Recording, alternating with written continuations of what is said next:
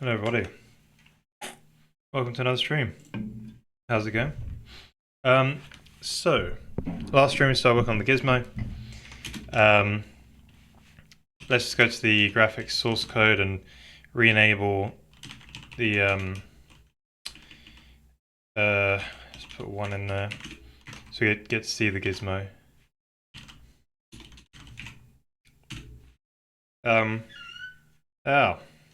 What did I do here? Oh yeah, I deleted some const from somewhere. It's not gonna like that, is it? Damn it, const.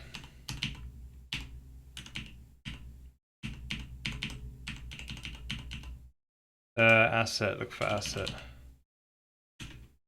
Oh, that did it. Alright. There we go, const incorrect. Amazing, that's what we want. So yeah, we're working on rendering some gizmos. We've got the translation ones here. We still need to do the hover over and click and drag. We've got the basics in. We've got to change some thicknesses. We've got to put planes here so we can drag across a whole plane. Move across 2 dimensions, right? Rather than just grabbing one, but moving across the whole plane, right? We're going to add that to the translation one. But that shouldn't be too bad. The one that we're focusing on right now is the scale one. We've been using the debug draw, like the draw 3D API that we built a few streams ago. That there is a past VOD on the VOD channel for those interested in seeing more. But we added the torus last stream that we decided to remarch because it was simpler. So let's see the rotation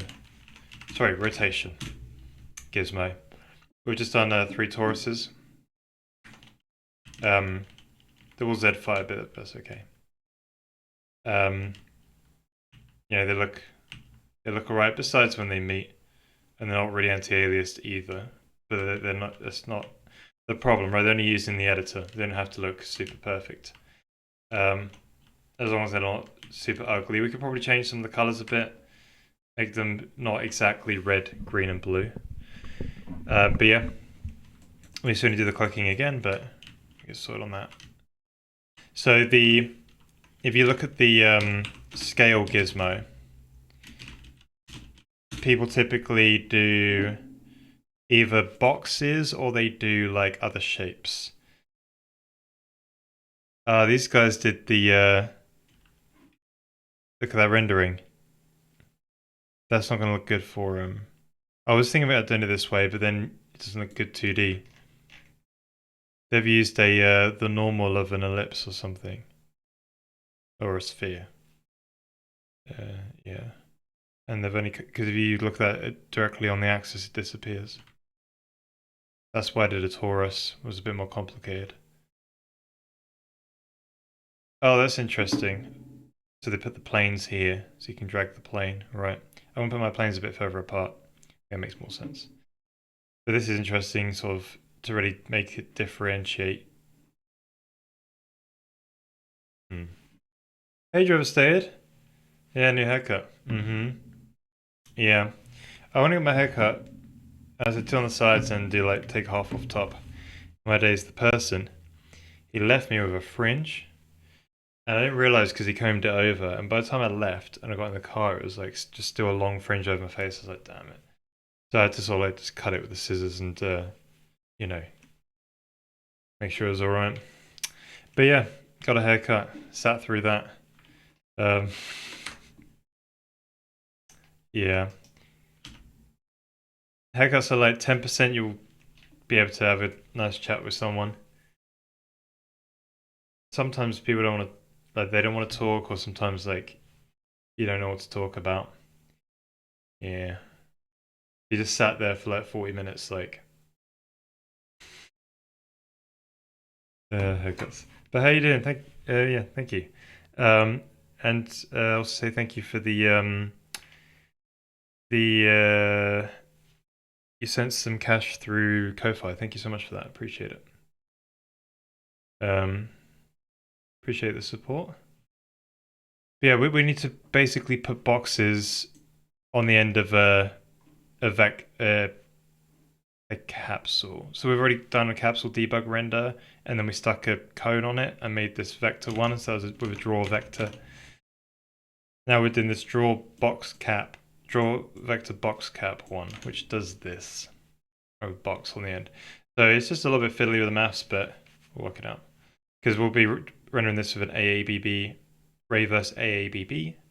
So we've got to transform back into the local space of the AABB.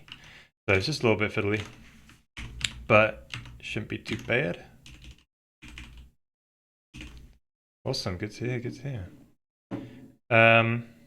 So I believe we've got everything right. We are basically taking the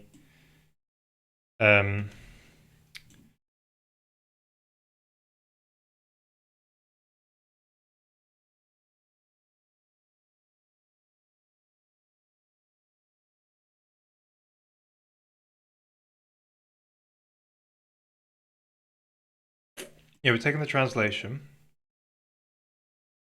and bringing that into view space. Then we're getting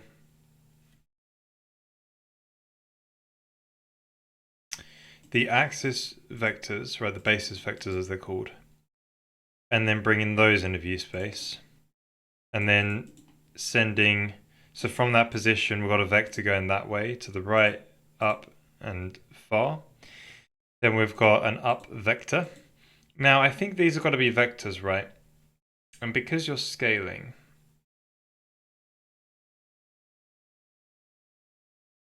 we might want to normalize them.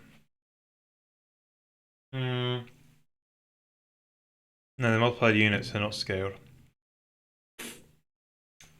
Yeah, they're not scaled. Oh, that could have scaled though. You bugger. Right. Sure. So I think these need a good old norm.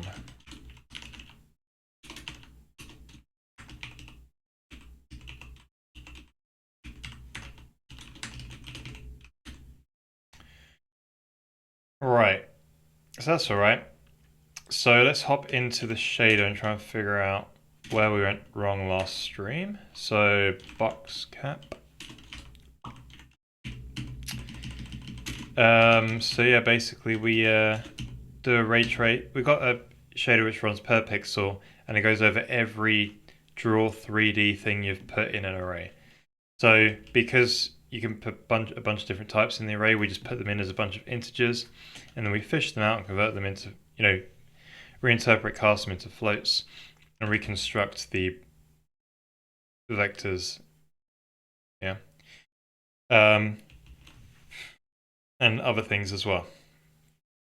And then we just, so the capsule one is working. Oh, we should have go back to here and make that a 3, which is scale. We can actually debug it.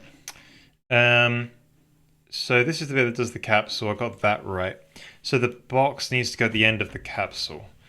A bit like the cone one is. Hey, Master Agent, how you doing? Welcome back. I remember those days when I went to the hairstylist. My last time was about 20 years ago. Oh well. Since I've got my own hair with a hair trimmer. Yeah. See, that's You always consider cutting my own hair because it is just, you go down there, you spend like an hour or two, and you could just like spend an hour or two doing it at home. But the problem is I don't know if I'll be able to do it. I might be able to. If I just did it basic, just trimmed it right, and then just let it grow out again. Yeah. It should be too hard. Yeah.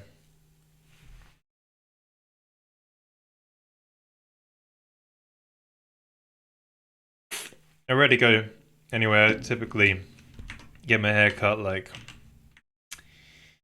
once every 4 months, something like that. Maybe 3 or 4 months. Yeah, I get it cut like this, and I'll let it grow out as long as it can before it gets annoying.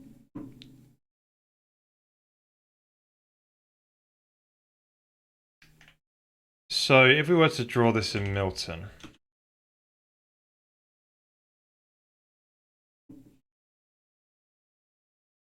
Right, past Henry has already been doing it.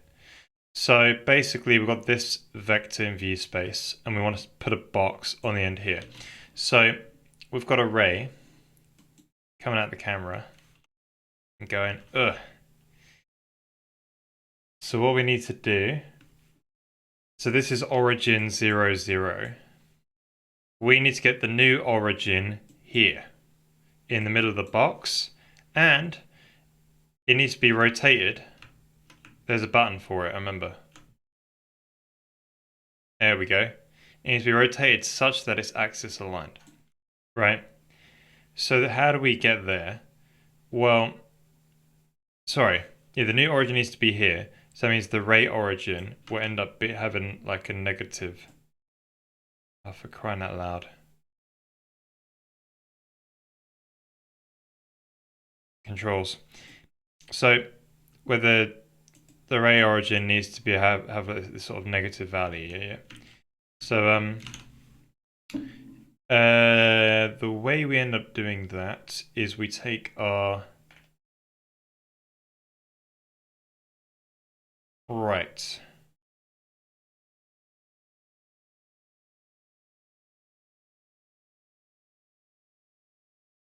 Yeah, so we actually pass in an up vector. So we pass in the position and the vector from that position that we want to debug draw. And then an up vector. And then with that we produce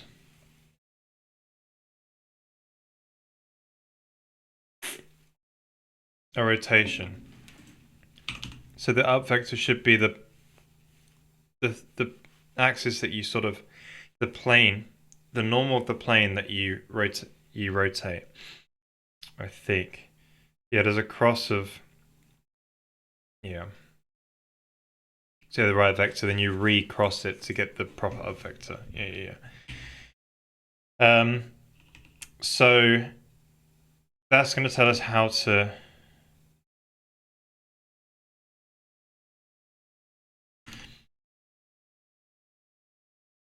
so with an up vector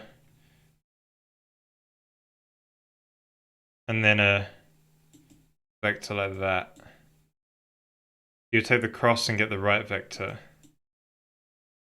and then it's producing a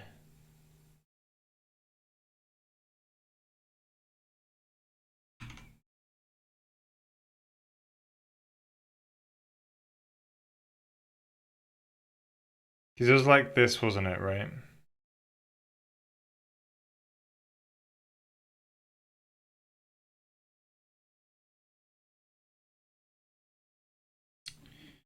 And we want to know how much it's rotated.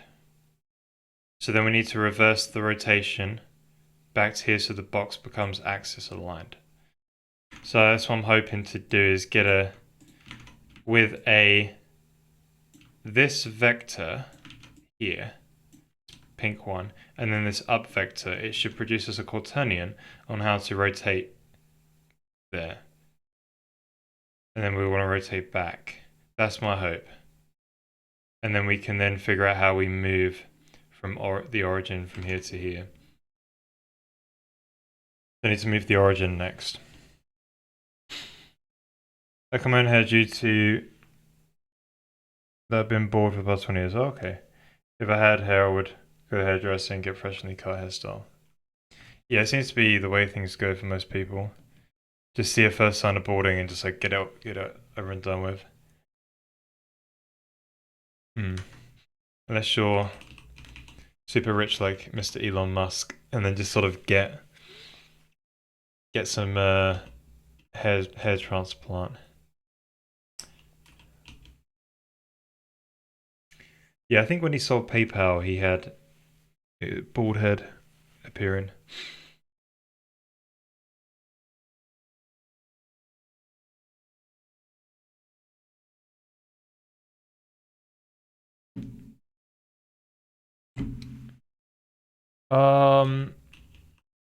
Right, so how are we going to do this? How are we going to rotate? Right, so we've got something like this. This is the origin, this red cross here. So we need to move. We actually need to move to that box first.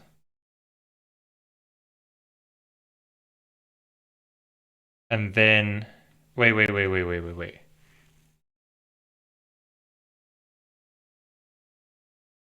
Do we want to move to that box first, or do we want to move to here, then rotate?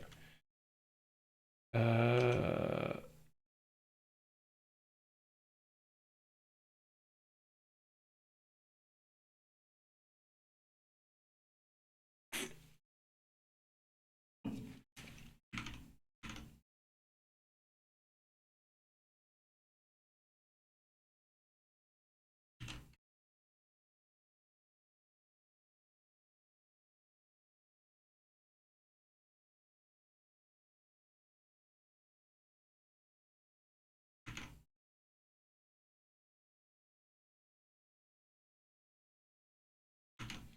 hmm.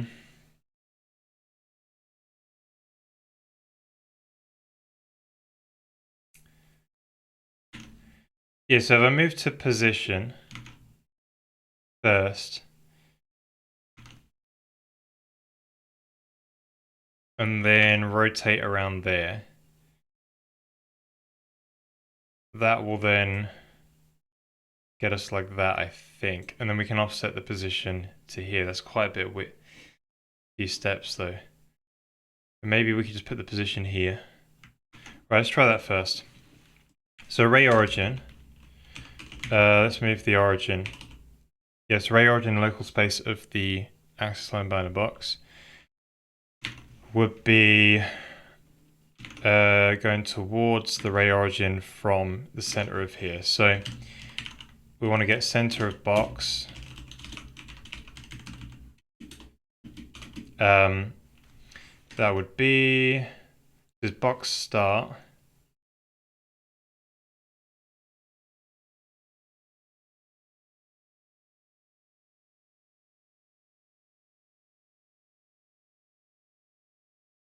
Box length. Take thickness.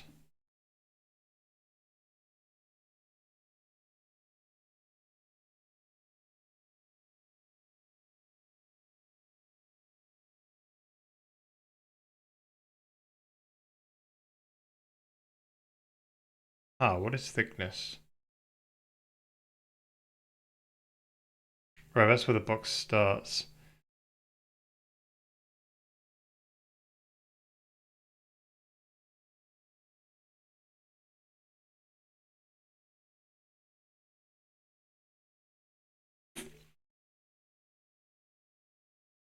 I guess this is the thickness of the box.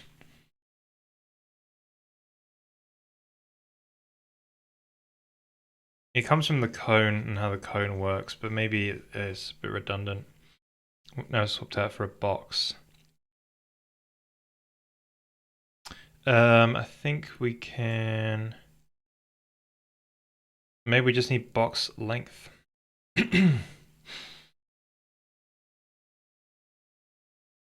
Hmm. Yeah. So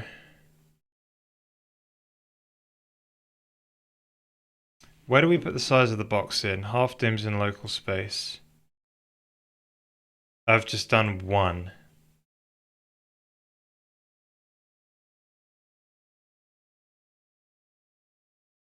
Right, so I guess we'll get this, put it there, and let's just say, oh right, it's box length take thickness.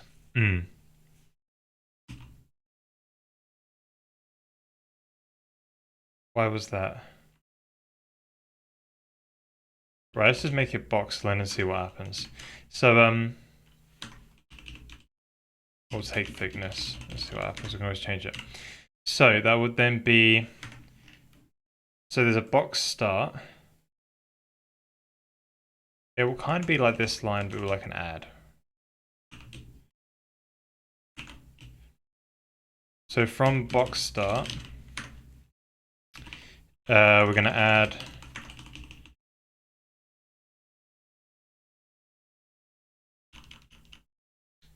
with a normalized version of the vector. We're going to scale that by the half dims. Ooh. Yeah. Okay.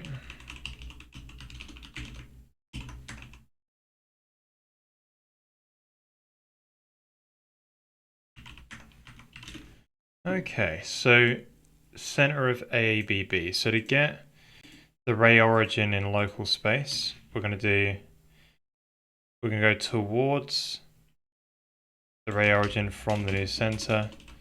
So center of AABB. And then we'll subtract those two from each other. Wait. Yeah, to there, from there. Okay, good. So then we're going to get this sort of rotation to go from view space into the local space of the axis line bounding box, and hopefully that'll work. So we did the... Wait a minute. We only did it to the ray direction. Alright, so we need to do that as well. So it'd be a mole v quaternion of the local space.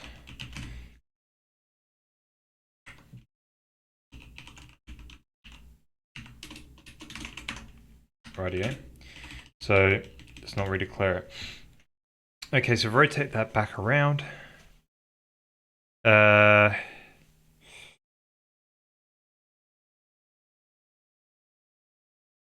We pass in the local space ones, yes. Border thickness. Where is that? Oh, okay, you don't have a border. Good, because it's just a solid ABB. Then if we pass, we've got to really go back from local space back into view space and work out the closest hit. But we just want to see if it works. So why don't we just make the color that color no matter what? And we'll see what happens.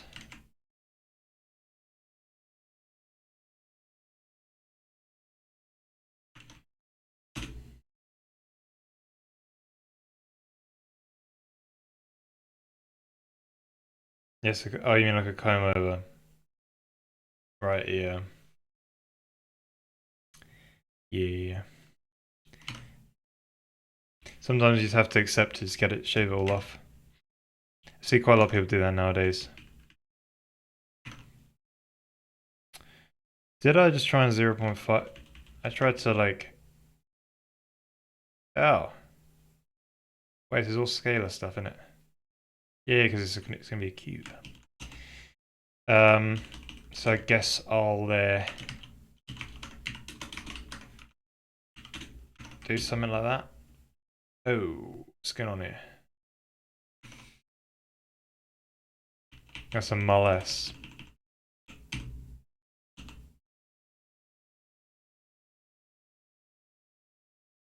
We only want to do it across that axis, right?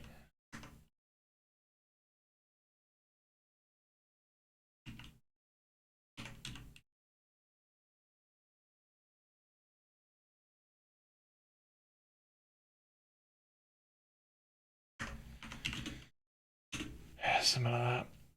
Alright, hopefully that works. Oh my days. It worked.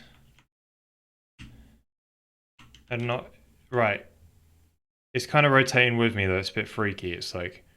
And then we stare each other in the face. But yeah, it's kind of alright. Kind of rotate with me. It's a bit of a... rotate... I don't know what the hell I did. Oh, it's just the green one. The green one's just like looking around for villains.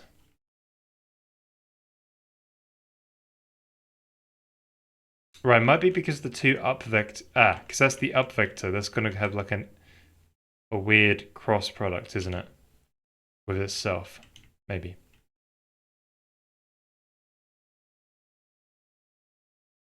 Hey, Sully. Thank you, appreciate it. Could be better. It's got jagged edges if you look closely. Maybe you can't see it on stream. The AA. But yeah, I'm just ray tracing it and I'm ray marching the toruses the Tauruses. But yeah, we should get them clicking today as well and get them moving around. Maybe we can get one of these guys moving, these big balls. Like snowmen.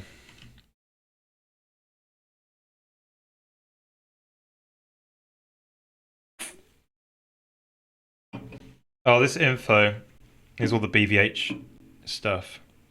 So it's a BVH tree, and you know, I had going down from like a yeah. So this is the quad tree version, and there is a binary tree version of what's going on here. Well, I guess it's not. It's a test model which doesn't. It's just not getting rendered actually. And yeah, these are glitching like crap because yes. But yeah, it happens when I freeze the camera. I can move my mouse. I can display all that debug info. It's where I've currently got it. So should we make these a bit bigger?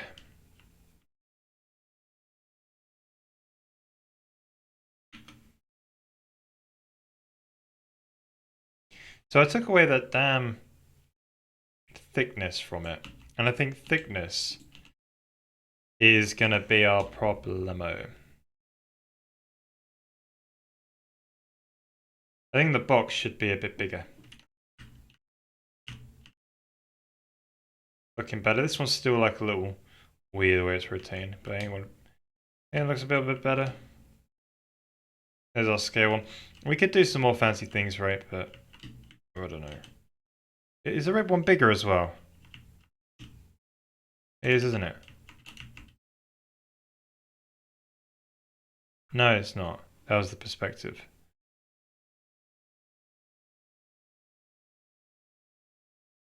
Right, so the reason why that's rotating is because the up vectors are the same, right? The green one, which is this boy here. See here I've passed in a UI and a UI. They're pointing up. And basically, right, what we're doing is we're simply passing in. Yeah. So I think what we have to do is offset it by just a smidge. Maybe. Because you have two vectors pointing the same way. You're going to get like an infinity or something. But if you put them just a little bit apart, you get a right. We want to get a right vector.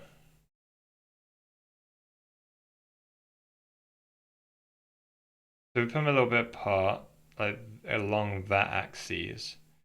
We'll get that vector, and then we'll do it again, and then get the same vector back, I think.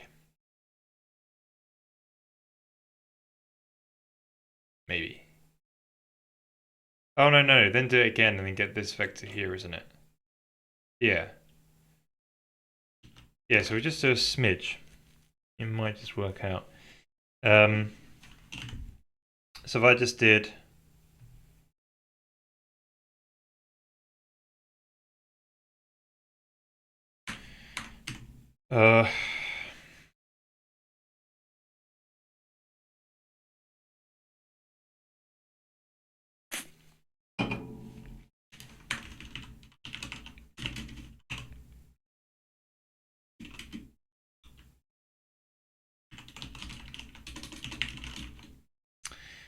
EY mul_s norm UX 0.01, maybe a bit smaller.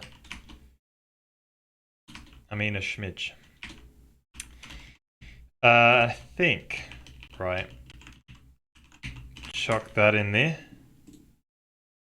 Hey. I think that's right. So then that green one shouldn't rotate around. It could have been a feature though, right? Oh, sweet, the green one doesn't rotate and follow us anymore. It could have been a feature where the green one always points to where you are. Like a spooky feature. Bam.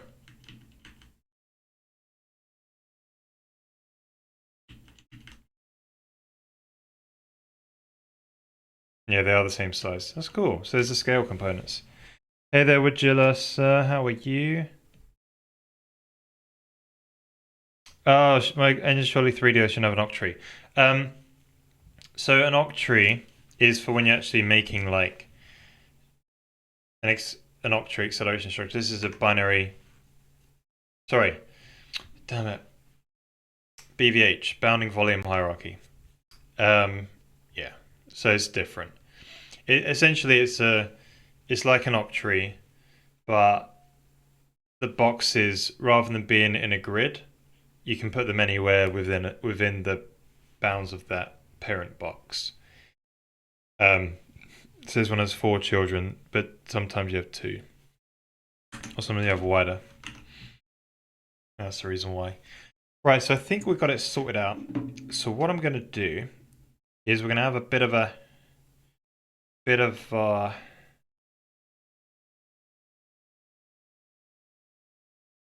we're going to release that, and we should be able to press the H key to change between the different gizmos. I think if we go back to the main file, somewhere in there, search for gizmo.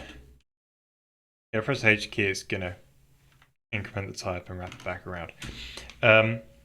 So I just want to quickly check and make sure that we're rendering them all properly when we. Right, so press H. Right, so that's rotating around the X plane, right? Oh yeah, we want to put the plane draw the planes on this one. We'll do that next.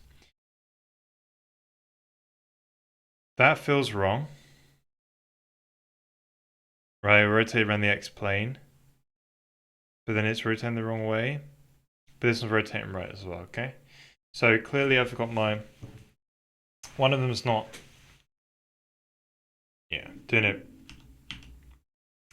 So we need to put the boxes to represent whole planes that we can. So by default, if you click on this one and drag it, what you're going to do is you're going to move it across the X axis only. But then what we want to do is have a box which lays across 2 axes and allows you to move it across 2 axes at the same time, which represents a whole plane, right? So if we simply just get in there and just put a couple of boxes in there, that ought to be good enough. So just got to figure this one out.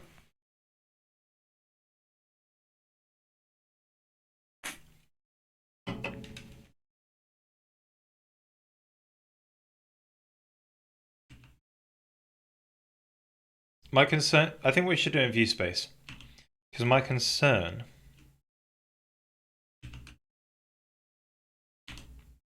I'm going to move these into view space. My concern is if we don't do it in view space, the matrices will get scaled or something. If we scale the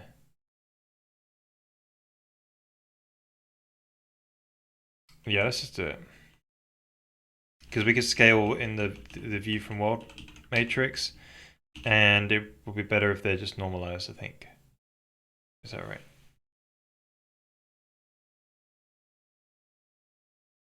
No, we should respect that, I think.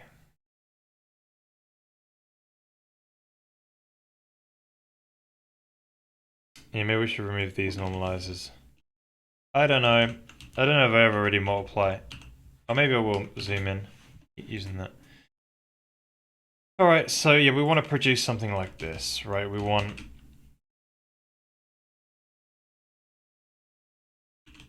But I want it in world space.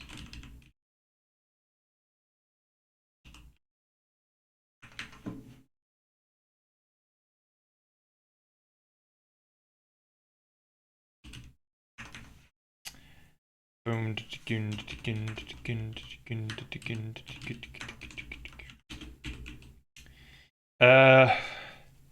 Right, so now we've got these, we can produce our plain ones, I think. So if we put them... So we want a box space. Oh my days, that is thick. So we want like a little box to be rendered here like this. Right, and that represents these two planes. So we'll put it halfway down here and halfway down here. Right, and that'll give us that point there. And then we'll put a box. So what we need to do is probably take, it needs to be a matrix, right?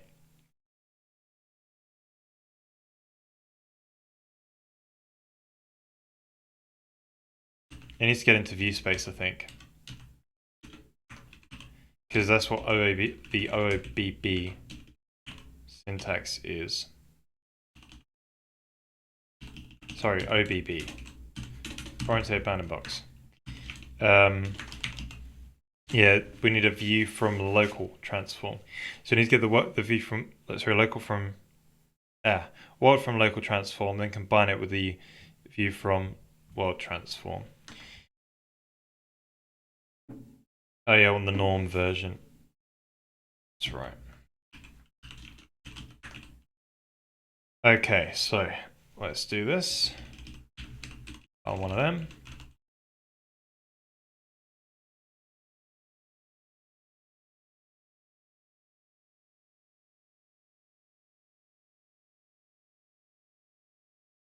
So I was in with Visual Studio Clang BS. Oh no. Oh. Yeah, you should switch to the Manjaros. Come to Linux. It's pretty decent. If you're a programmer, I have a good time. I won't suggest it to non-programmers. But some non-programmers use Linux. I think it's a great platform to develop on. Gets out of my way typically.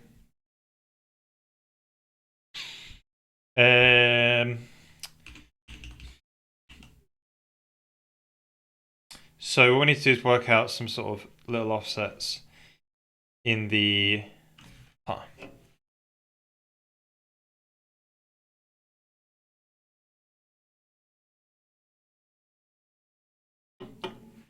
work out some offsets here.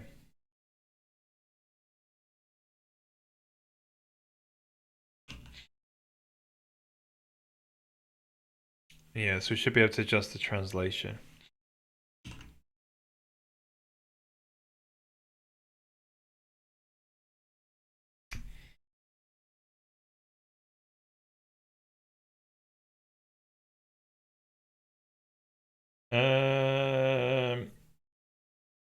That's the best way to do it.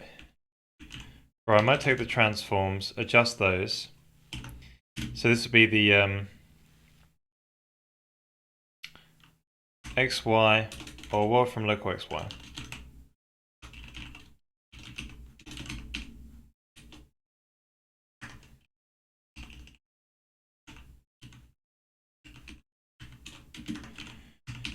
There's the XY plane with the YZ plane.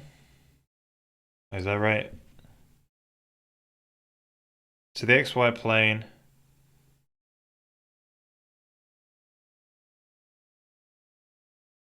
then you have the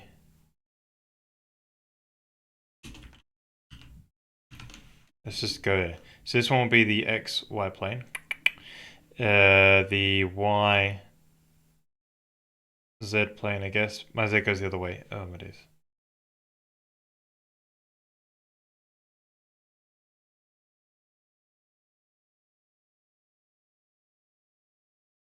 Yeah, the YZ plane. And then the XZ plane.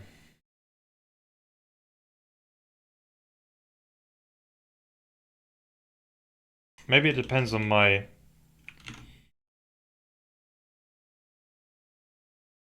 No, it doesn't.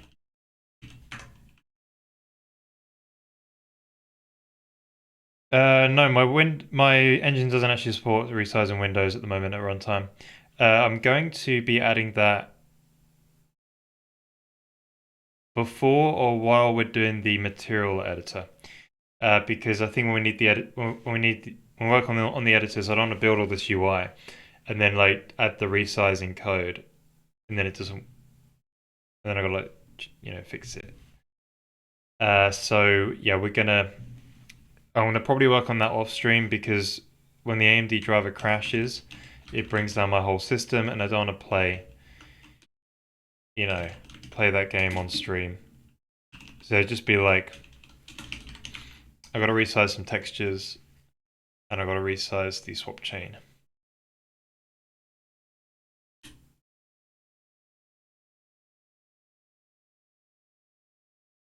Have you added support for it yet, Sully? I guess you haven't, right? That's what you're asking. So we need to add across the x-axis. So we need to add ux and uy. Well, half of those, right? So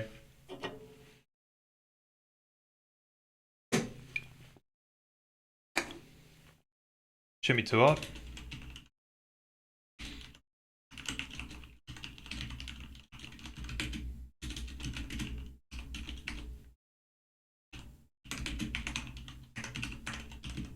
Yeah. All right. So that's the XY plane. Then we need to do the YZ plane. Then the XZ plane. Rightio. So YZ and then XY. So now we've got those different world from local transforms. We can then produce the view from local transforms for each of those and then draw each of those boxes. So to do that, we want to turn them into a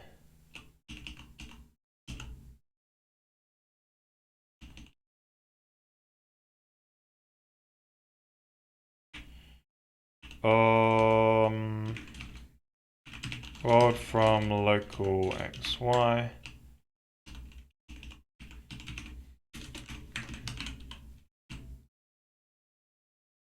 Quite fiddly, to be fair. Yeah, it's also just debug code, so it can just be like this. You don't have to really care about the performance. Right, so we simply just... Well, sorry, it's not debug code, it's only for editors. Right, so it's not really going in the game, the final game. And we only do this once. Right, there's only one gizmo on the screen at a time. Don't have to really care about this code too much. So in here we're going to put in those.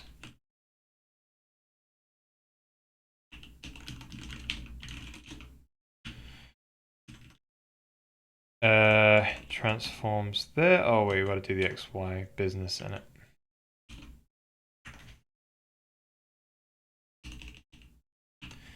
Bit of thickness, that's infinity, right?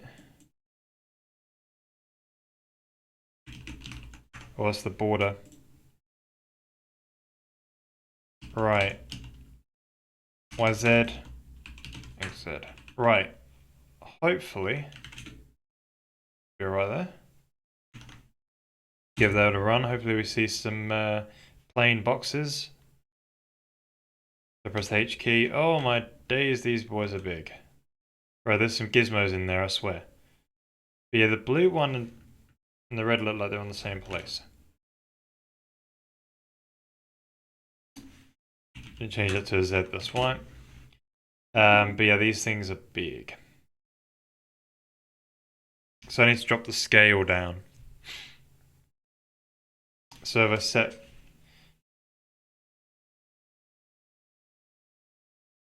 Oh, yeah. So I need... There's a half dims one in it. I need to do that.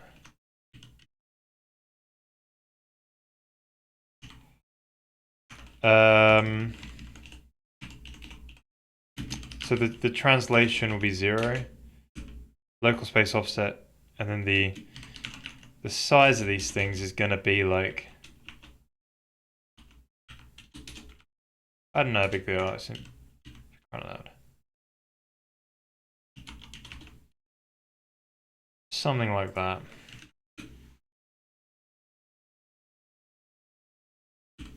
We should call it half dims.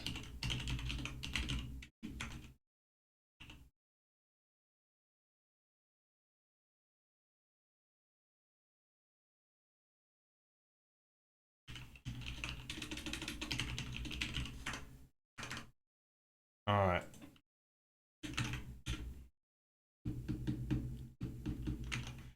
Oh, did I drop the thing off the end? It's not very clever, was it?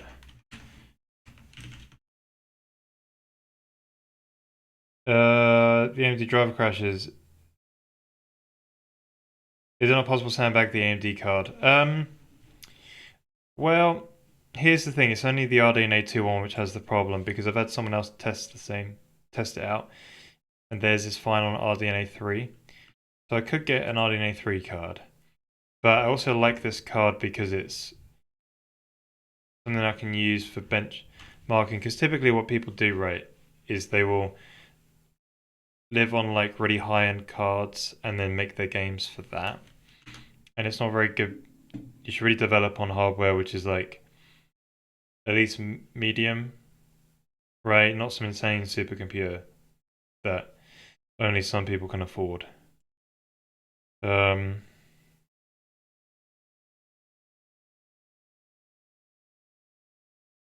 and I've had an NVIDIA crash file system. I can resize runtime, just grabbing the corner and dragging it around. Awesome. Very cool.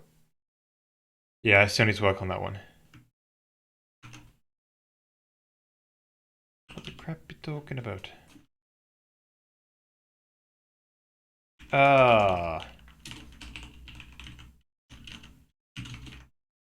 But yeah, maybe I could buy another card.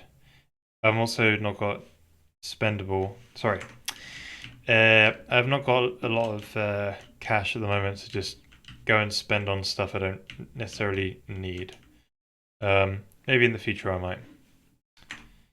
And I wouldn't really want to ask anyone to donate me money for something which is going to help. You know. Well, yeah, maybe it'll be like 250 quid to get another card. But, I would be a sucker and I would support AMD again. Because I just like the stuff they do. I like how they're just open, a bit, a bit more open source about things. Than Nvidia are. They could be better, right? And Nvidia does like stupid stuff like, hey, we're gonna do ray tracing and AI, which I'd rather not support. Like they push all that stuff.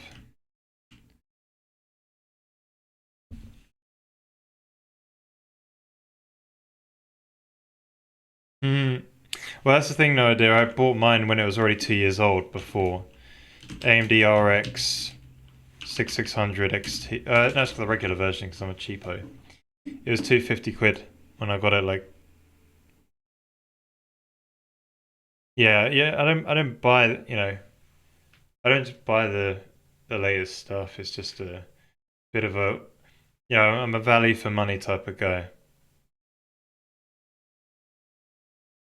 28 compute units, all you need. Yeah. It's actually not too bad. It's 12 times faster than my entire laptop. uh, but yeah, there are definitely better ones than this. It was a mid-tier one, 2 years old. I don't know what you got now. Is it 8? Or 8 would be... Because the CPUs are odd thousands and the GPUs are even thousands. So you probably have even...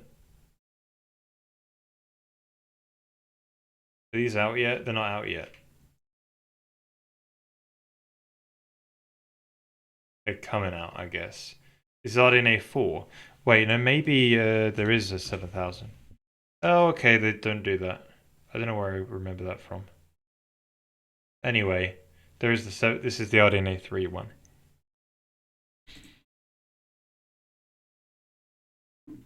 But yeah, you can obviously go higher.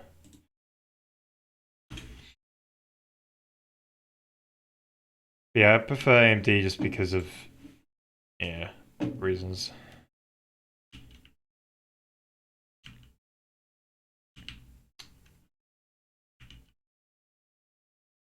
Even though they screwed me over with this card, I will be a sucker.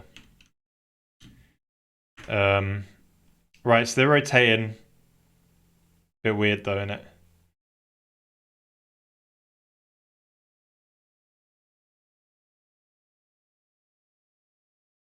They're in the right place.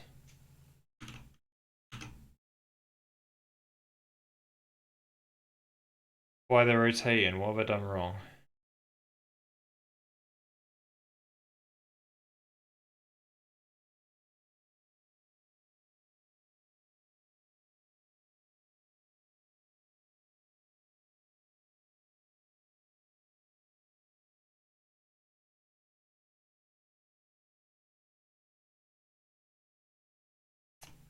600. RX 6600. That's what I'm using right now. This boy. Oh, what's wrong with my card? Whenever I get a device lost in Vulkan, it will bring down the whole desktop environment and you have to restart the machine. And it's definitely a driver problem because my Intel laptop doesn't do it. People with RDNA 3 doesn't do it. Yeah, it's weird. No, I update. I even tried switching to the closed source drivers.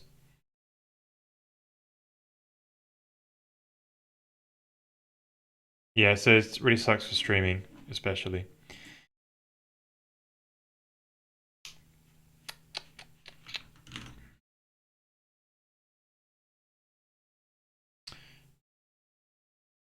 So all we did was we added, right, add assigned, we're scaling that in a half, right? So we changed the translation.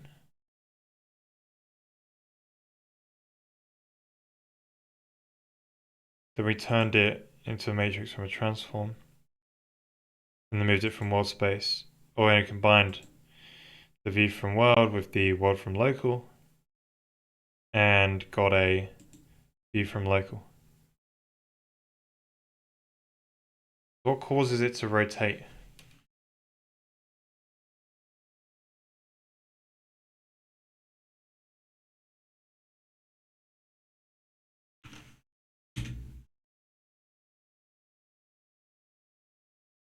Maybe I need to make it actually a bit wider, to be honest. And the rotate.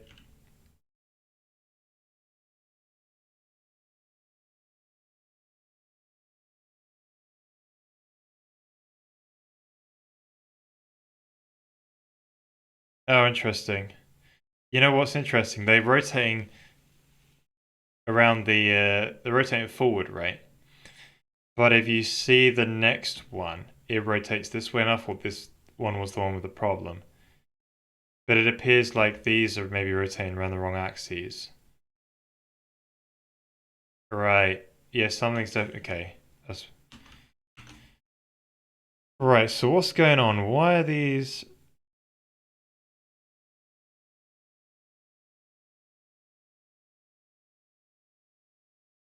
What am I doing?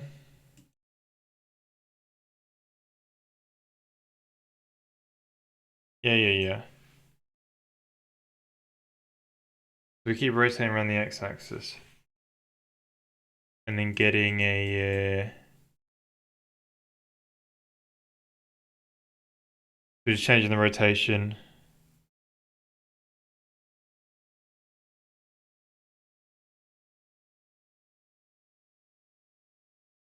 So these ones are doing it correct with the vectors. When we just draw the vectors out.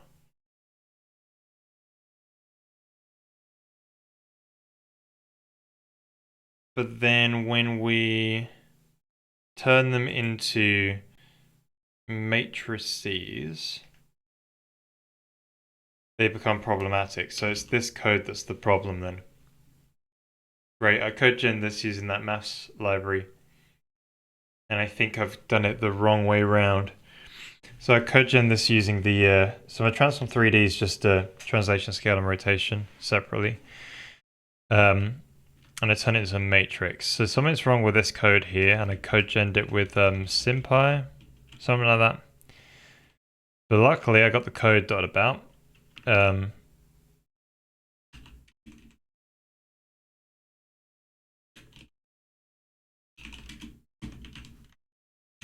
Right, always keep it around just in case. So I think this is it. Got the quaternion XYZW. These are all symbols, right? Translation XYZ.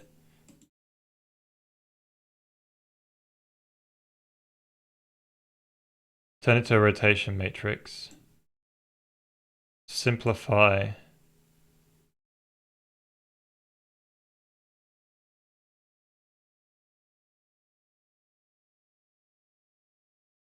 But the scale's uniform. And then produces that matrix. And then I printed it out. That's probably fine. And then I just added the translation on there.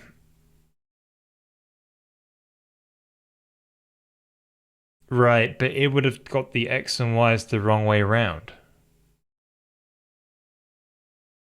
Or something like that. Yeah, maybe that's... Wait a minute. Maybe it would have got the major of the...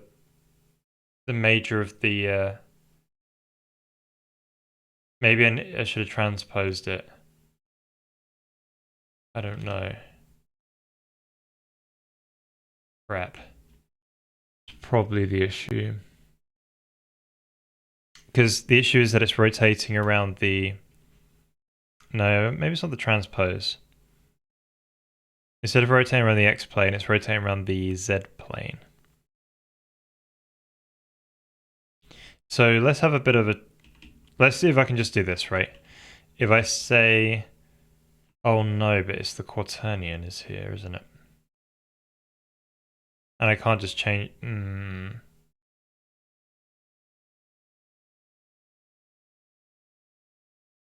Right.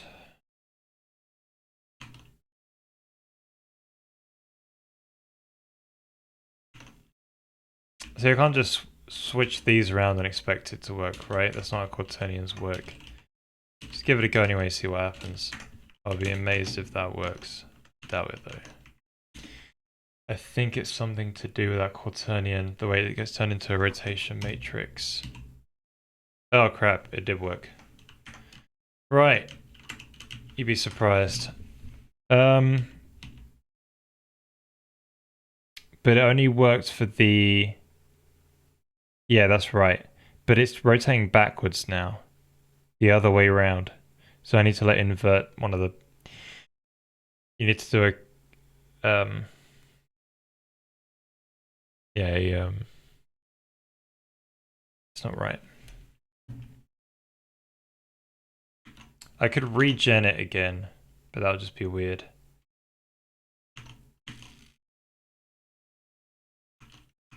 Yeah, I could regen it with a negative of itself. Like if I did a... let's go to the quaternion again. Yeah, so you negate all of them, and it gets you the inverse. So if I did this, but I don't want to have code like that, right? Because it's not the most optimized code. There we go. So now they're not rotating anymore. The boxes are... Well, they're rotating with the thing, with the other arrows, right, in the right way. And this rotates the right way around as well. Yeah. So to fix those two problems, that's pretty cool. But the code is not optimal because we've had to... It's a bit scruffy, right? But there's the Z in the X and the X in the Z. So why don't we regen it using that? So for some reason, right, you've got to do it this and that. And then negate it as well, right? Inverse it. So I don't know why. we've had to do that.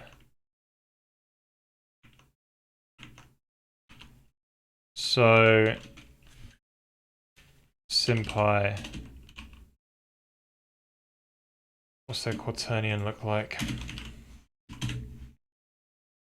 Algebras. How do you inverse it?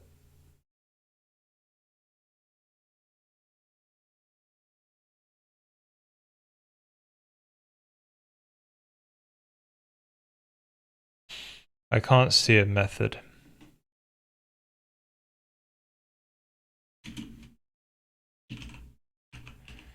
Conjugate.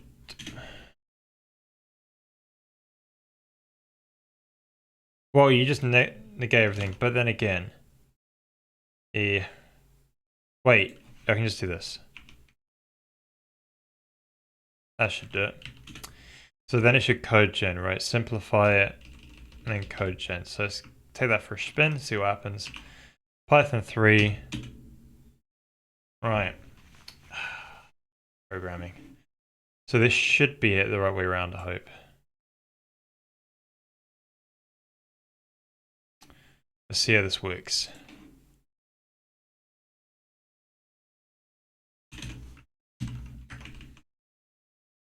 Right, so it likes to do a bunch of pals everywhere. You know, a bunch of buddies. So we should obviously swap those out for... Oh yeah, I did this, didn't I? This is pretty clever. Oh, I've already got it, isn't it? So, is that the right way around? Yeah, looks it. Okay, so if we say m-axis 0.x, and then we'll go around and... Oh shoot, what happened there?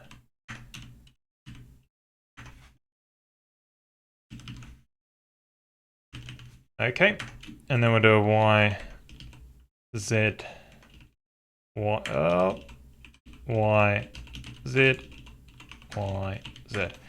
So they're looking all right. We've just got to swap out the pals for the Q2 versions. Sorry, for the Q whatever 2 versions, the squared ones. Because for some reason it likes to... Weird.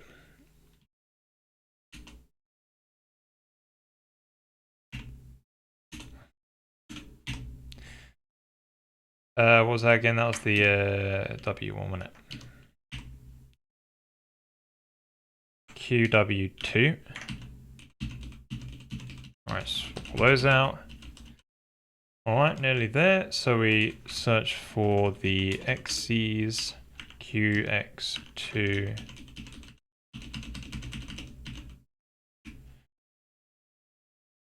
Y.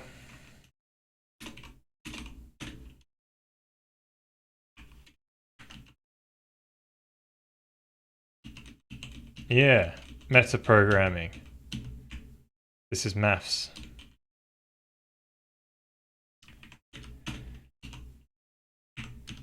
Metamaths. Metamaths, mate. Right. Hopefully that's alright. So we delete the old code, the one with the problemo, or we take the one which is the solution, and we'll and then plop it here. Oh, see that change? There's the... This is the fixed code. Let's just put some negations in there, and I think it swapped some of the things around. But yeah, things are the wrong way around. Thank you to SymPy. That was a walk in the park, figuring that one out. Much better than any AI out there. A pre-made program by a human being. Alright, there we go. Damn it, it's still the same problem. What's going on? Oh wait, it's got the same problem because I didn't change... Right, because remember I swapped the inputs around. Now we can unswap the inputs around. So I don't negate them anymore, and then I do X, Y, Z.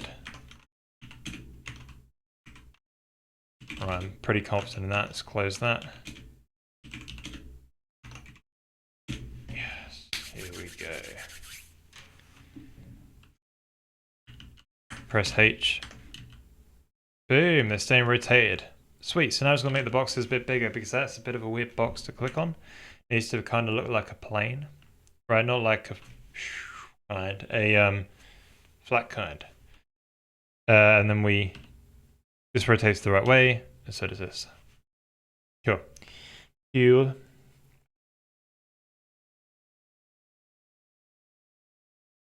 Where's my editor macro skills? Yeah, I'm still picking up Helix. I need to probably make adjustments to it, to be fair, to be a more pro. But yeah, I'm a Helix guy now. I had to rage quit NeoVim.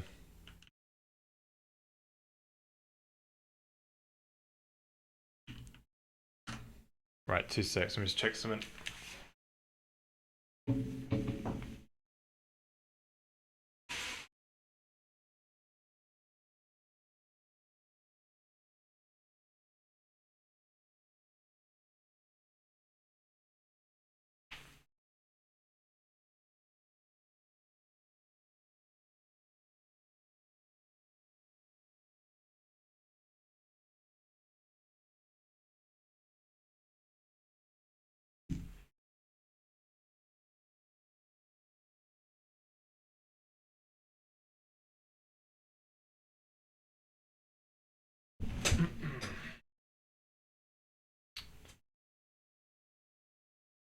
Sorry, 2 seconds. Right.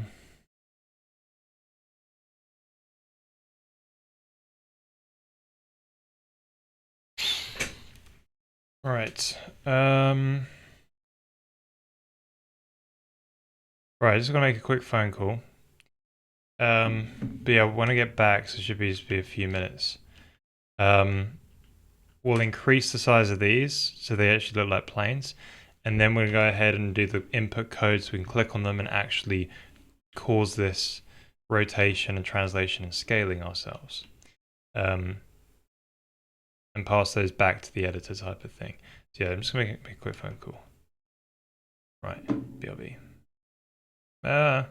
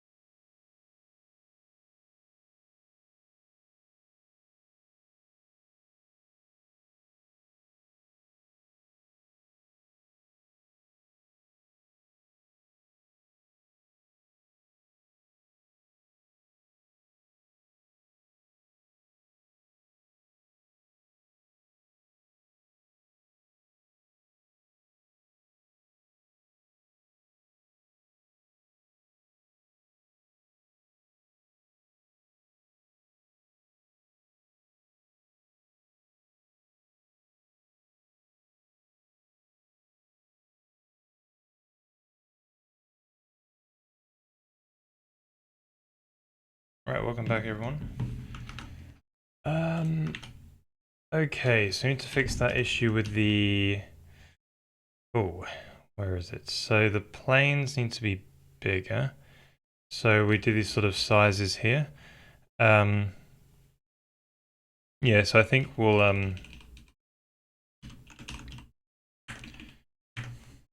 half dim we'll call it.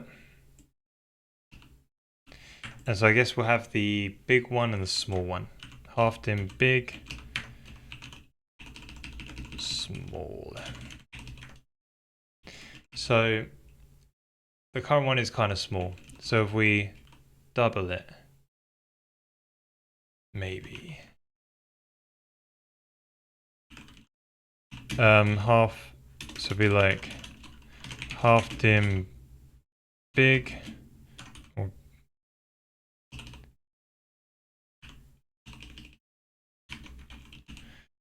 All right.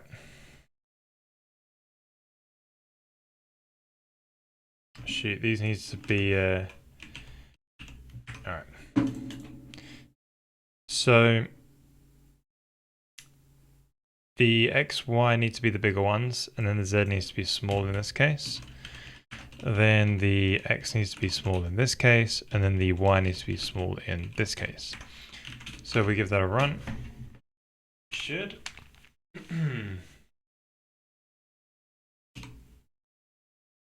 Right, so looking a bit better. They need to be, I think, a bit bigger, to be honest. I like the thickness of them. I think this one, the planes to be a bit larger. So let's make it double that. Because they've got to be big enough for us to grab them. Right? Yeah, look at those. Looking nice. Cool. Right, so I think we're in a good place now. Should we just quickly double check the sizes of these things? Make sure they are work well together. Maybe we try changing the scale value and seeing how that looks. Because the scale value might change how these things look. I've got to sort that out, I think. Yeah, so I think these two are looking good thickness wise. But they're nice and thick, right? Nice and big, you can drag them, and maybe they could be a bit thinner, but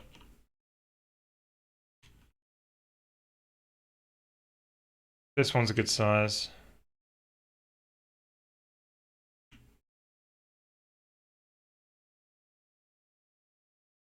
Don't they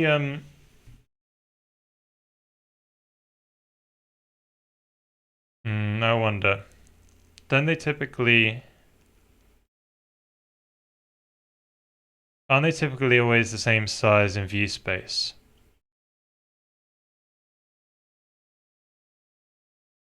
No matter where you move around in the world, typically. I forget.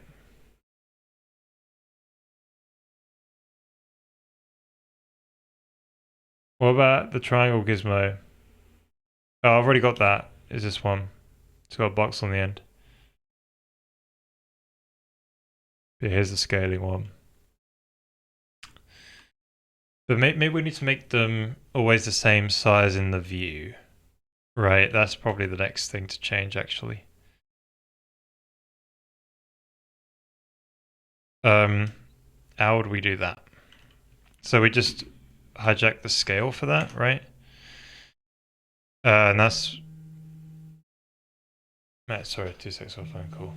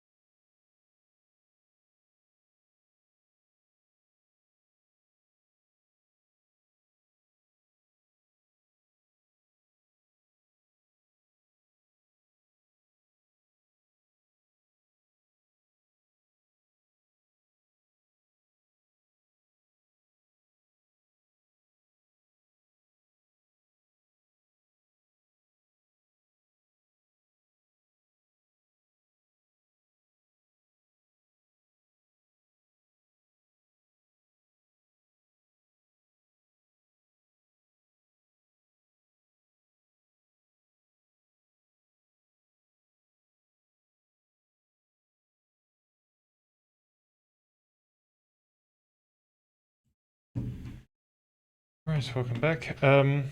Yeah, so I think what we can do is, so the way the API works, right, we go to the header file, we pass in to the payload. So you have the game thread and the render thread, which we don't actually have yet. You make this payload, put all the graphics data in there that you want to render for that frame, send it to the graphics thread, and then it will read from the payload. So there's only one gizmo. And then there's a world from local transform. So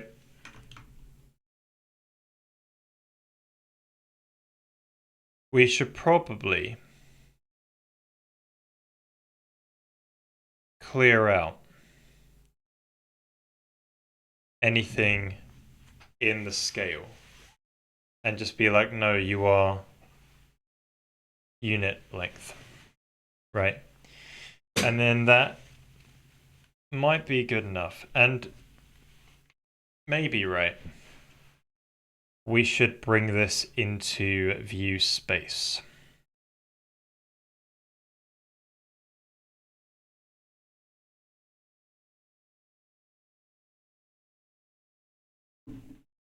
Here. Maybe not. See, that's not going to do a scale on it, though. Oh, wait. Hang on a minute.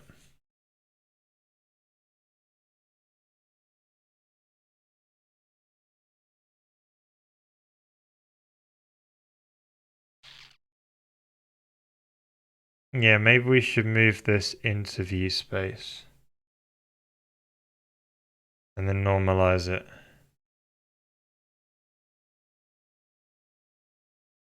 See, let me try it on the scale one for a minute, because it's basically done that already. And I think that should cause it not to change based on...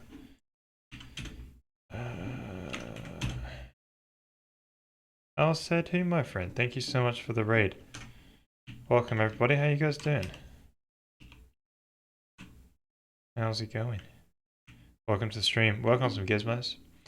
Got these boys rendering. This is the scale one. Translation. And rotation. We're just cleaning up a few things to do with the rendering. Just making sure it's all good. Before we do the input stuff. But yeah. What have you been up to? Didn't realize you streamed. Oh, good to see other people streaming.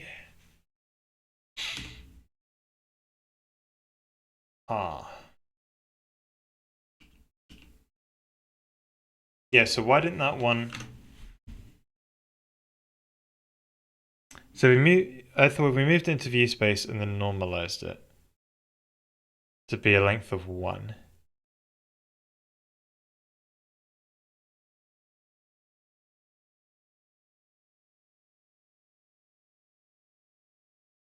Shouldn't that mean if I move the camera... Oh, no, because it's perspective, isn't it? Perspective, so the further it gets away, it's going to shrink. Right, so I guess we might have been better off drawing those in... in 2D, or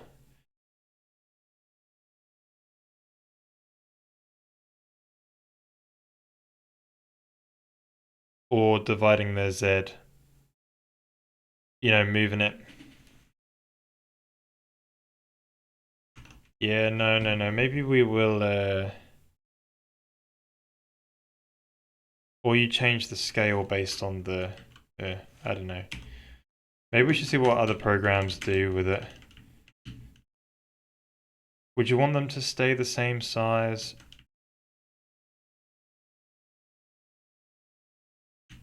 I guess we can always leave it for now and change it later. Let's just get the input stuff working and then it'll actually work. And then any sort of things where it seems a bit odd to use. Because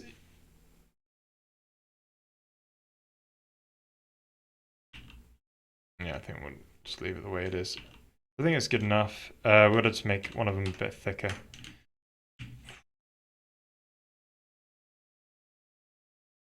Maybe those could be made a little bit thinner. And these could be made a little bit thicker. So let's make that 20. And then we'll make this one 30. I think these are in different spaces. That's why.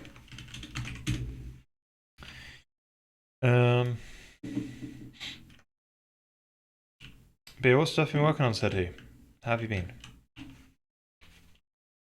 Right, they're nice and big now. It's good. So we'll line up one of the axes. Yeah, they're about the same size now. Kinda. Alright. Sweet. Gizmos are going well. So what we're going to do next is do the input mapping. So what happens is they get rendered on the render thread, and we need to have a way to know, like, oh, we hovered over this thing, right? And the way we're going to be doing that is, while we render it, we'll check the mouse position, and for that pixel, we'll see what did you render there.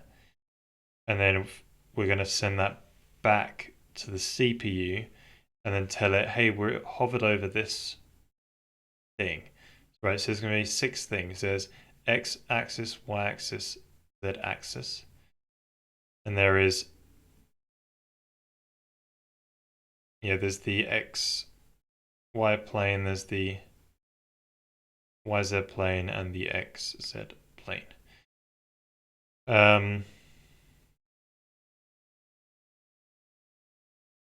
Yeah, we're gonna be. Maybe I can make those boxes a bit bigger.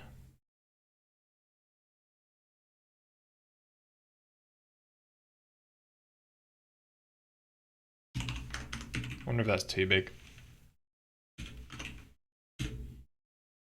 Good. Just some Twitch chat bot to use WinSock implemented TLS. Cool. That thing is an exercise for me because I want to learn some networking. Nice. Yeah, networking is like a thing I want to do as well for this game. I've done it in the past. I kind of get an idea for it. But yeah, something I still need to learn more of. They're a bit big there. They start obstructing things a little bit too big. Is it too?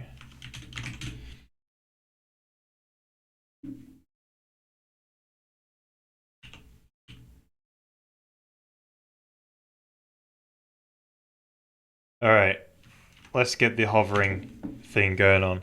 So basically, right, there's going to be a thing called like hovered pixel or hovered gizmo thing.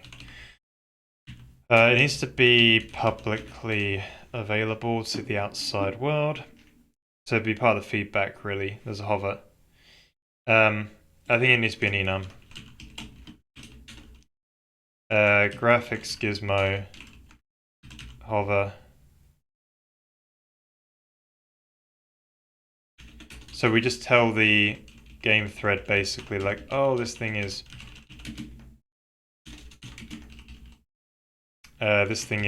hovered, and the game thread will then check the clicking, and yeah, that way.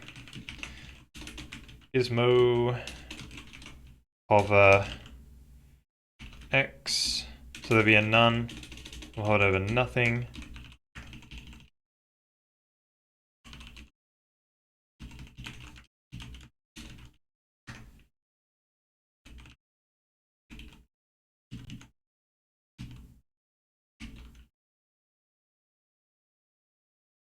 Plane XZ. Sorry, X, Y, YZ, XZ. So they're the different options you can get back.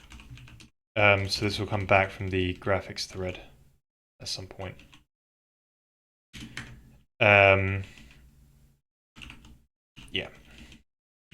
So this is what I need to work out. So we're going to have this actually inside the internals.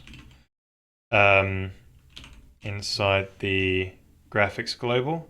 We'll just chuck it in somewhere. And this is something that we will maintain. So inside the render frame function, we get back this feedback out, right? So at the end of the frame,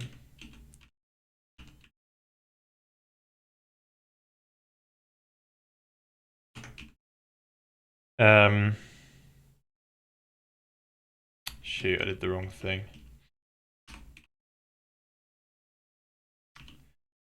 Right, frame submit. Wait, where do we do the readback stuff?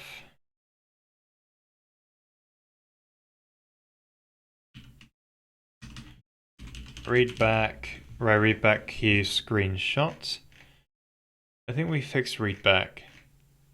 Yeah, we can do it anywhere in frame start, I think. Did I do that right? Yeah, I think I can read back at any point. I think I fixed that code, but frames. Yeah. Good. So effectively, we need a way to read back from the GPU, like, hey, this is the thing that you hovered over, and then we need to set it back.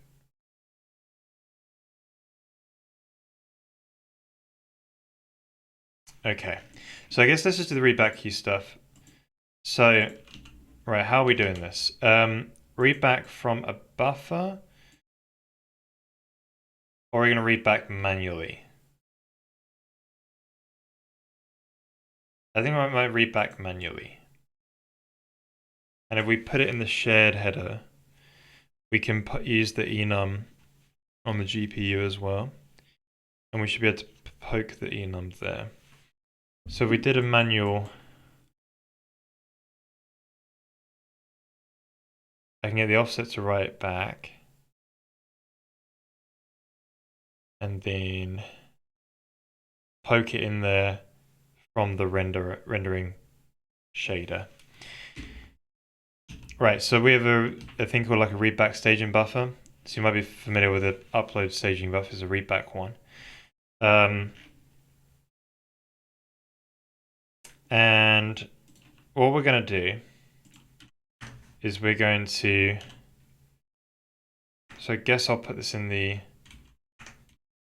where's the global?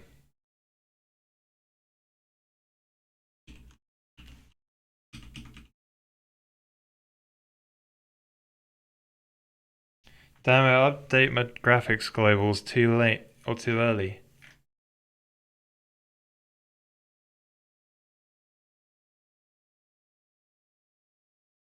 Or maybe I need to read back a global. Or if I put it in the, you poke it in the globals maybe, and I can maybe read it back from there. There is a readback API to read out of buffers, right? At a certain offset. Yes, perfect. This is going to be good. So, in the graph, so I've got a, right. So we're taking this enum with us, and we're moving it into the shared header. So, oh, what was that one? T. Or G. Open change file picker. Ah, so all the files have changed. Nice. Well, the more you know. So that would be graphics shared, public header. So the Gizmo hover. So now this is accessible in GPU shader code. So what we can do is go into the internal header, internal shared header. There's a graphics globals structure, which is, I've just got a buffer which has one element of this, and it's globally accessible to every shader. We upload this first portion from CPU side, but the rest of it is available for any shader just to read and write directly into it. So what I do is I'm going to now add a new one called the hover, the Gizmo hover. I think I got the mouse position somewhere. Yeah, it's up here. So only the mouse position, the pixel with the mouse position right here, so it will be single threaded.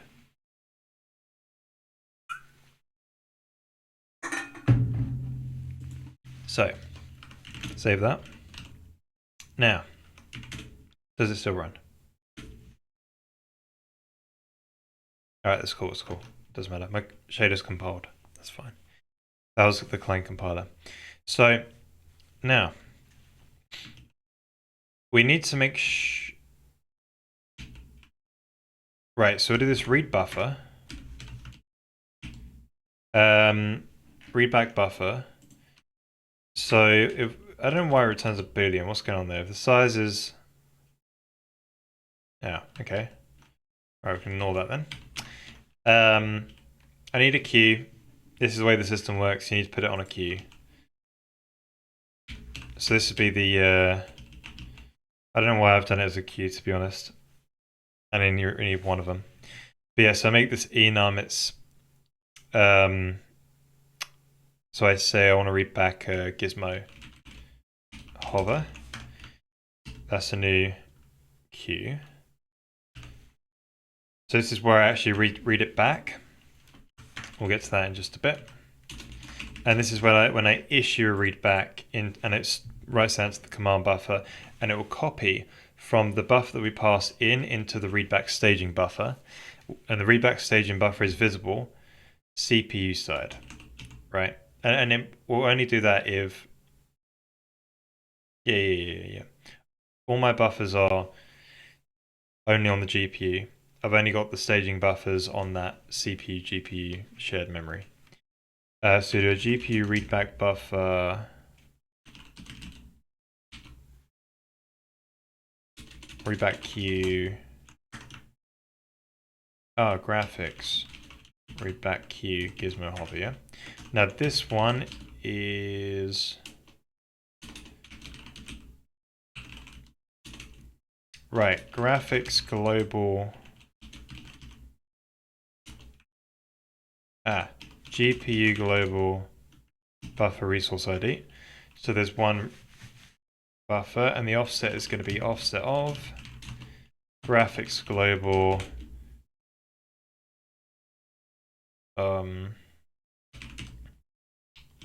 Gizmo hover.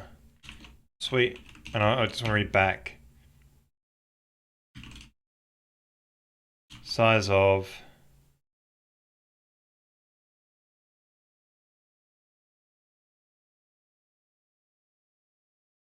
I don't really have an element pointer for it. I could make one up though. You could do that silly trick with You can cast it into the type of the thing you need. The offset of trick, right?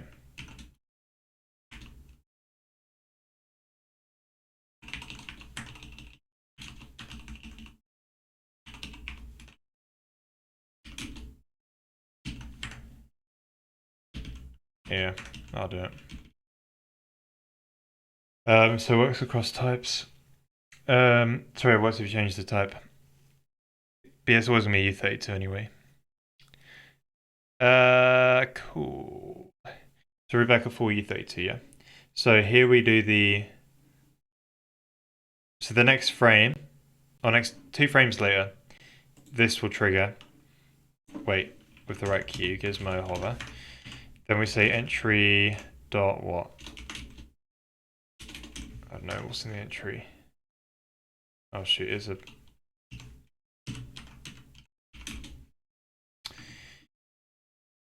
Right, I've got to figure out how this API works now. CPU data.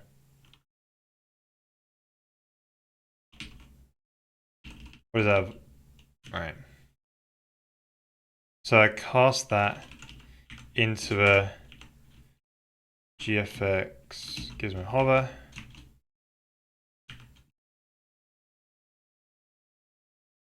And then I store that inside GFX Gizmo hover like that, yeah? Then I should probably also put it in the feedback Gizmo hover. So this should then be passed out to... Wait. You might not always hover...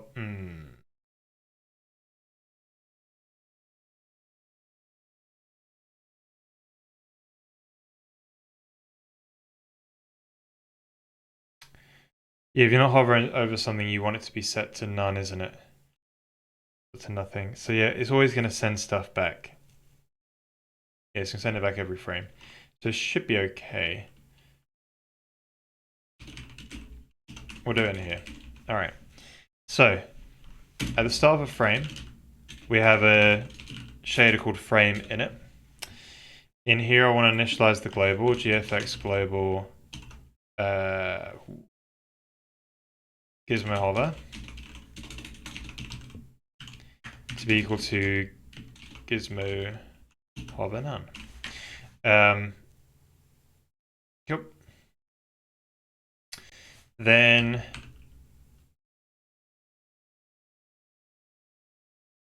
right.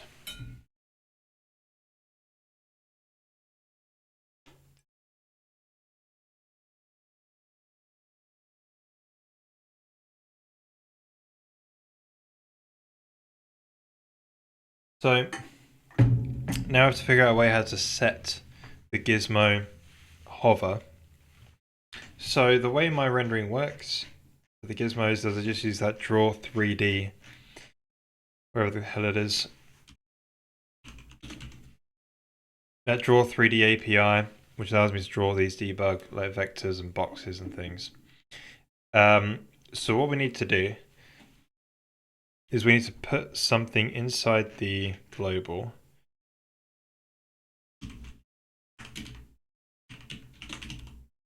where we say,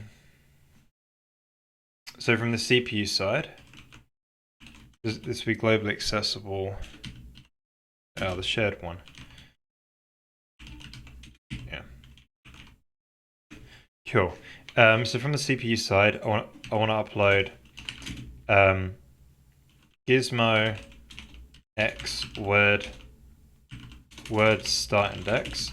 So the way my draw 3D stuff works is I just have a buffer of U32 words, and each word, and you allocate an array of word for every shape you want to draw, and then all those words can be changed into whatever data structure you want, as long as each element is 4 bytes each.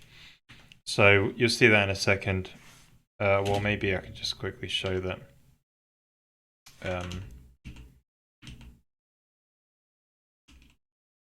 If I hop into, yep.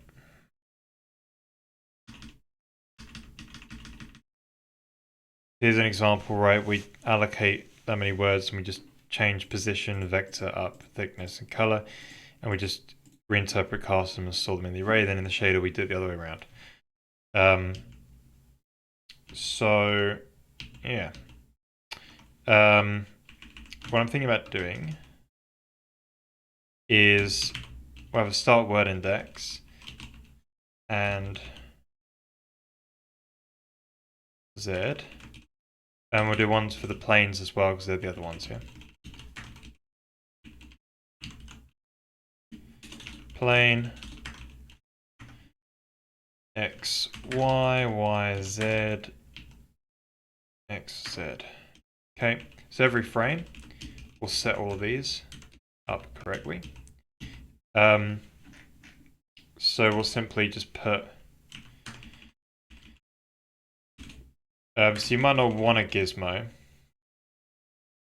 So actually every frame we'll put these here. And we'll instantiate these boys and girls to -1, or U32 max. Then the next thing we'll do is actually set them. So I need a way to get the words. It is this thing here, GFX, your 3D words count. That's where they'll next be allocated from. So before I call any of these draw 3D guys, I simply just go gizmo x words star equal that thing there, right? And then I repeat for all the ones where it makes sense. So the red is the X one, the Y is the green one, and the blue is the Z one. And then I'll do the same thing for the rotation for the rotation X, Y, and Z. And then I'll do the same thing for scale.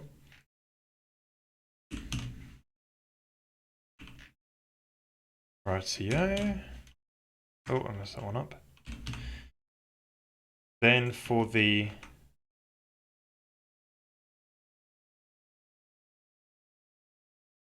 run out loud. Okay, that's how play this. That's a pretty good one. Yeah. So these ones are the planes, right? For the translation gizmo widget thing. So we just simply do that here. So plane X. So I'll just do that and we can fix it up. So XY plane, X, sorry, YZ plane, and then XZ plane. Right, so now we've got all those there. All we've got to do is write the code in the shader, which renders these gizmos. Say over on that pixel, and it is a we're trying to render a gizmo thing.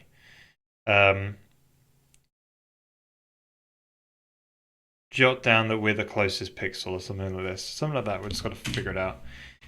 So shaders, right. So I got shader per pixel. It goes over every single draw 3D thing that you've put in the array. Could be optimized. We should really tie up in it, but we don't really render that too many things at the moment.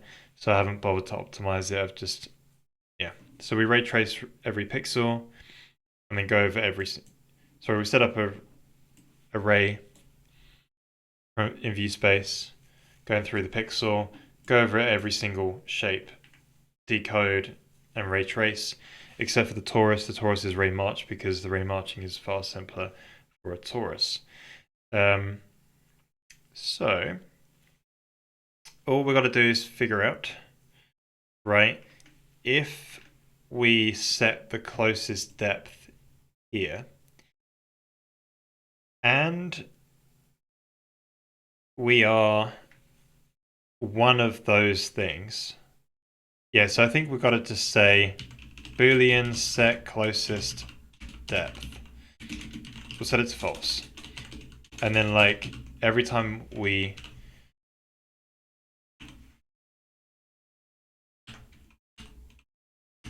so just set it to Boolean, right?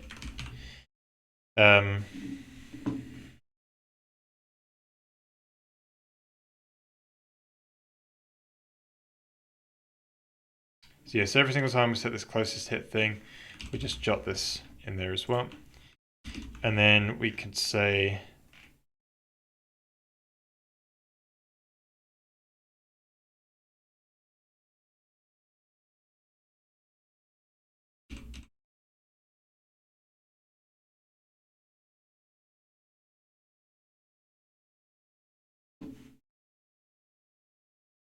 torus.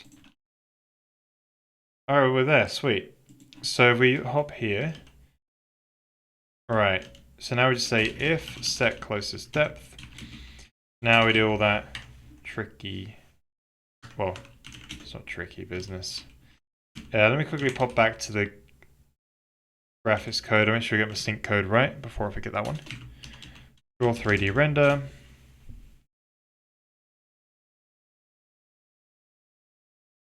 I need to sync against my, yeah, sync read only. It's the globals.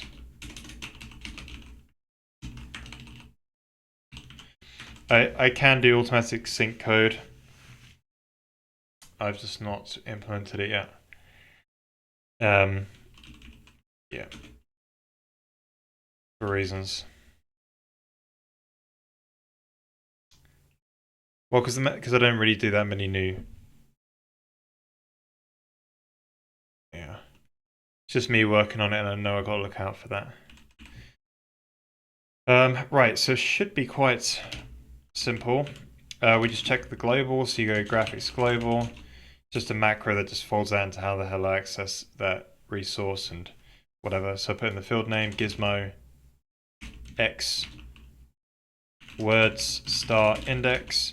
So that. So I guess, actually, why isn't this an array, right? Why was I so silly?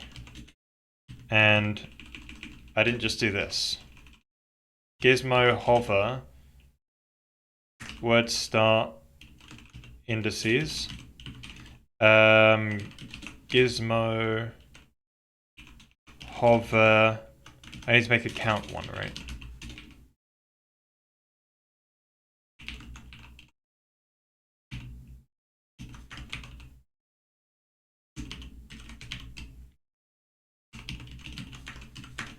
So that's shared between CPU and GPU.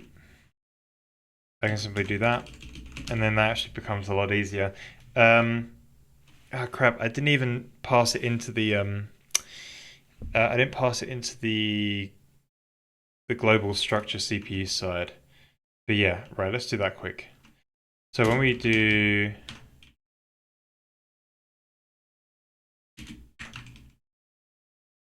yeah.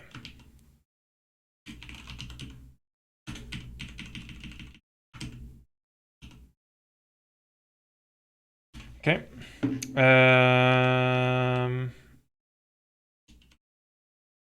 Yeah, so there we go. Globals.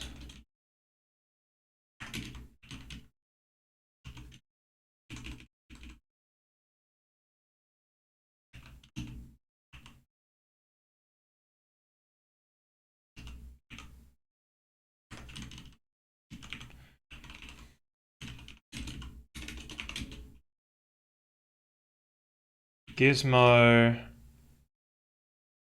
Hover words start indices. Gizmo X. Right, let's do that. We're going to get the autocomplete going there. Cool. So this would be -1. We never have a none, right? This would be the X. Word start index Y. Word start index Z. Word start index we set up above. This would be the plane XY. Plane. And then plane.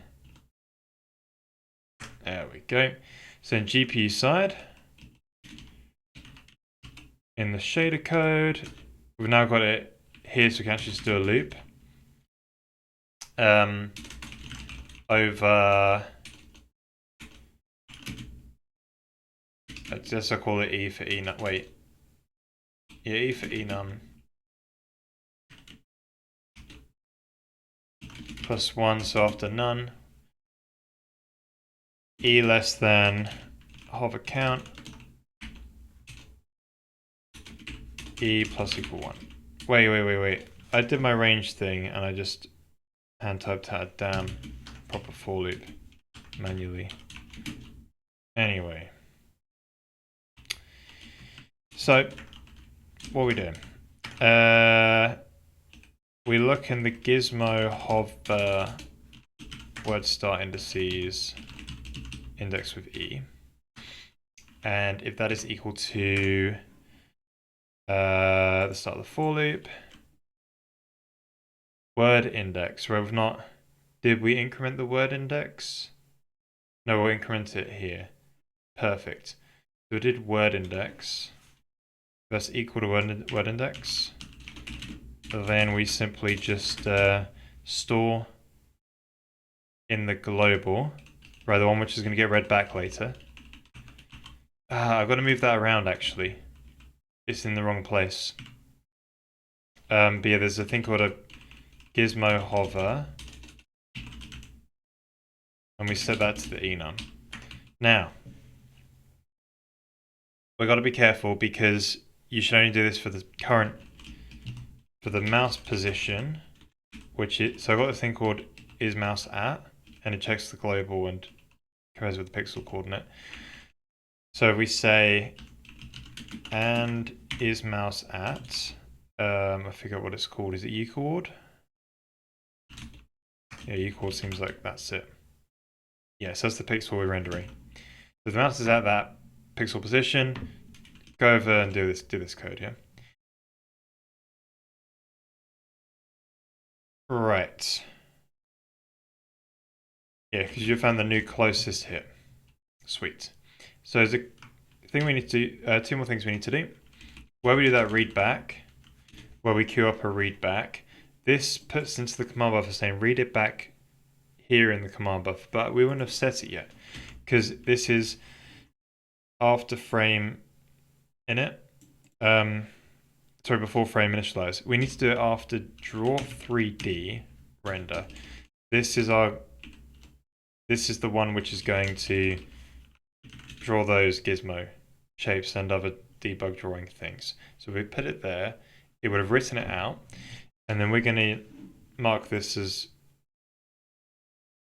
wait, we're writing to it, aren't we, as well? We're rewriting. And this is going to say it's going to read from this global buffer. So I do put a sync, put a barrier between it. And we mean we've got to wait for the shader before to finish before we read back. And that will all be done automatically, and it should read back that Gizmo hover. Now it should work, but we've still got to kind of have some visual feedback on it actually working. We could always print stuff out in the terminal from shaders or from CPU side. We've got that, but we could just change the colors, right? My concern is though, um,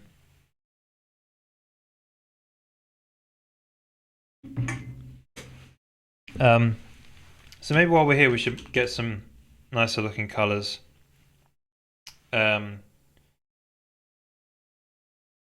You know, just have. Maybe I shouldn't have called it Gizmo Hover. I should have called it like Gizmo. I don't know. Yeah, Hover's fine.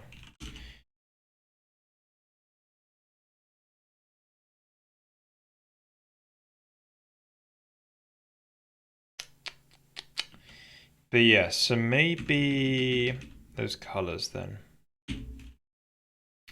Taurus. Let's look for that. Let's do some proper colors. So I reckon, right? We could put them at the top.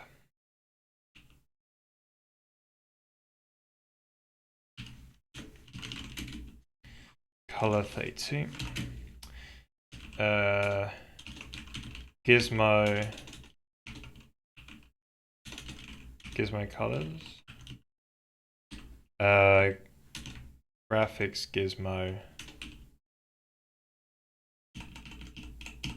Hover count. So we'll fill it up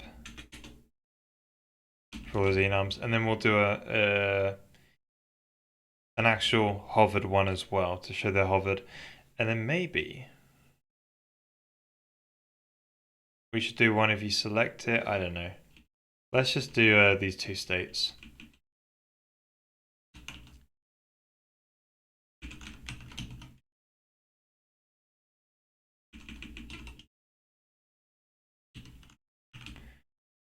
So we did do a really like harsh red.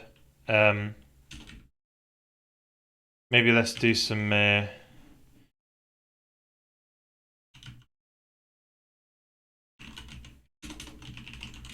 think you can get one right in Google these days. Sweet.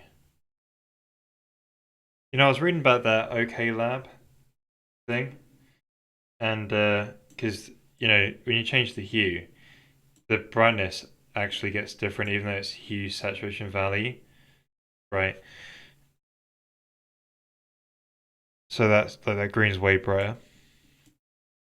So there's a thing called OK Lab, and one of the problems that it solves is this problem where the brightness changes when you change the hue. So they've got like HSV version for OK Lab. And we might be doing that for our color picker actually, because it just seems.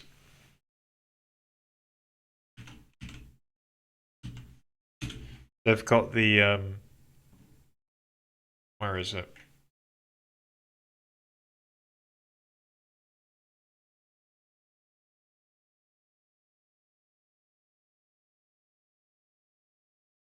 Saying it.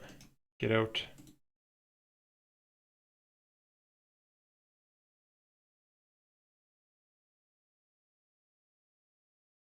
Okay, maybe this color was good enough. Yes, they're perceptually like the same lightness. Right. Pretty sweet. So maybe we just get our red, green, blues here. So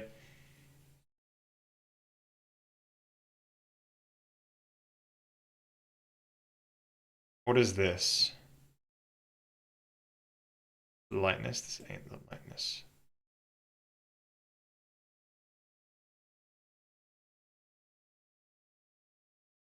Oh yes, only display colors which are that light. I don't know what's going on. Why is that?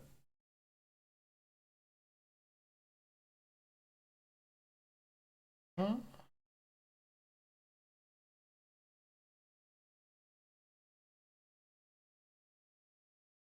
I don't know what's going on here. But anyway, let's just find ourselves some colors, ones that look good. So we want ones which are kind of like red.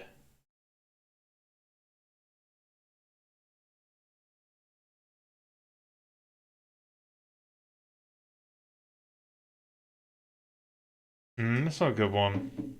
Where's the person who made it? It's this guy, isn't it? Yeah, he did a interactive. There we go. So yeah, when we do a color picker, we'll probably do because we need one for the material editor. Probably do this one here, the OK HSV. There's a regular HSV. Change the hue here, and the brightness always stays the same. So brightness saturation is the X, brightness is the Y, and then this is the hue slider. So it's three-dimensional, right? It's a 3D cube. So we will. I want a red, right? This is kind of like a pinky red.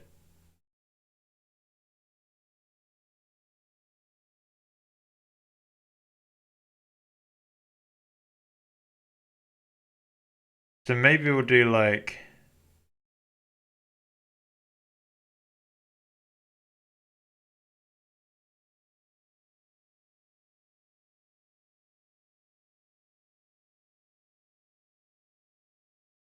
-1. Yeah, that's funny. Right, maybe this valley's a little bit. Anyway. Yeah, I think we'll maybe do. Oh,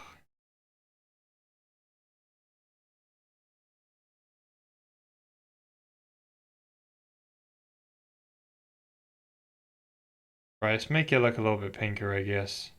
Do some of that.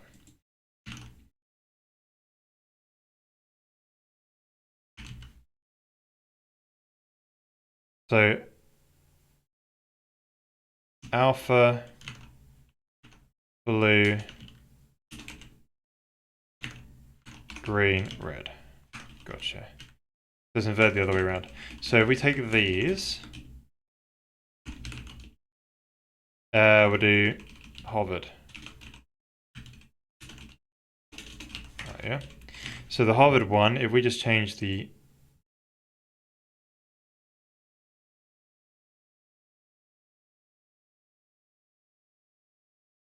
yeah, that preview thing's busted.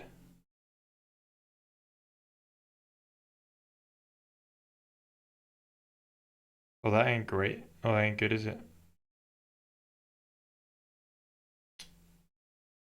Oh, let's try that one. 5e, 5e. See what happens. Gotta be careful looking at that source code. If I look at the implementation, it's pretty bad.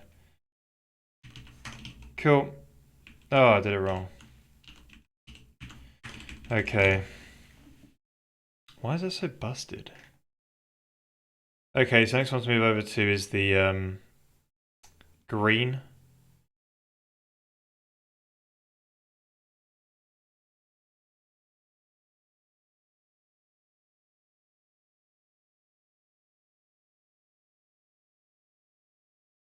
Horribly busted. I don't know what's going on there. Yeah, maybe we should make the green go like. Do you want to make the green go a little bit towards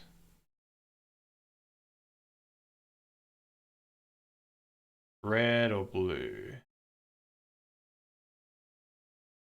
Make it towards a little bit of blue. It's a little bit nicer that way, isn't it?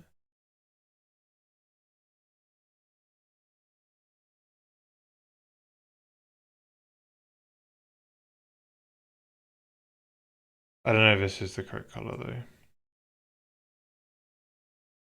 Right, let's do the 3-4 on the red. And the blue. Right. So invert around the other way. Alpha. Blue is 3-4. Green is FF 0-0. Okay. Then we make it a little bit lighter.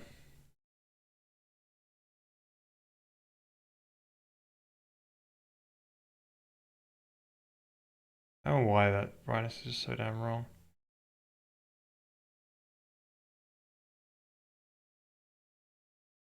The green's already quite bright though, isn't it?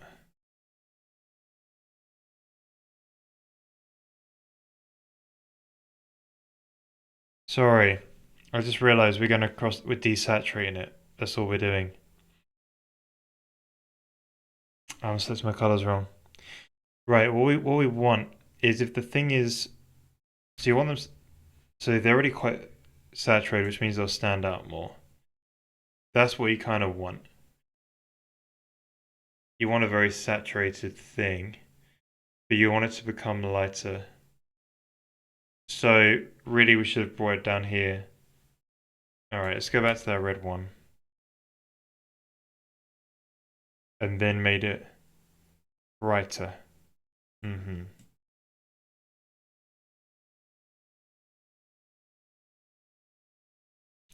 Got the wrong axes when I was selecting colors, damn it. That's just desaturation, so this thing does work. Desaturating. No, is it? No, it doesn't work, it's still broken.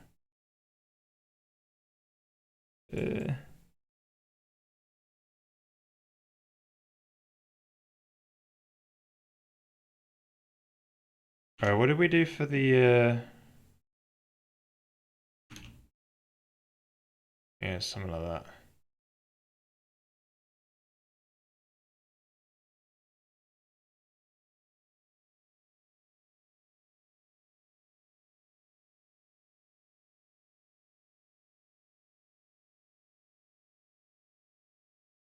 Yeah, I think one of these converters is missed.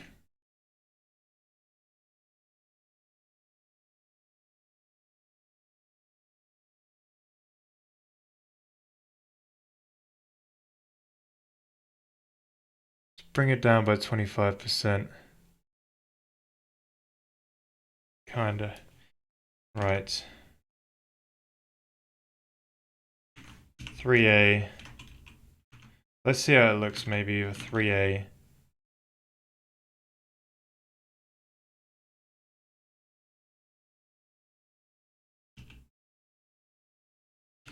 Right, let's take that. Let's join a bunch of zeros in here. And let's see how that looks.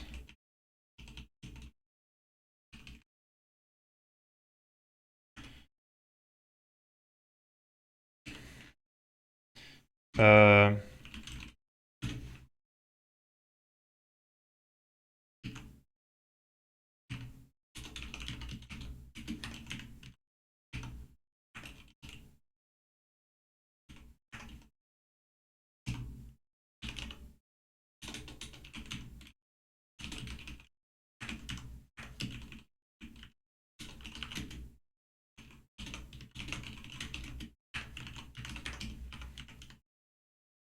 right. See how that looks? We won't get the whole of it working yet. I just want to see what the new color looks like. Right, so it's kind of like that. And then I guess when you hover it, it will get brighter.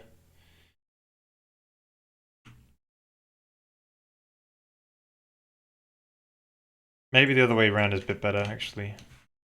That kind of goes towards like a... Maybe I should make it a little bit more purpley.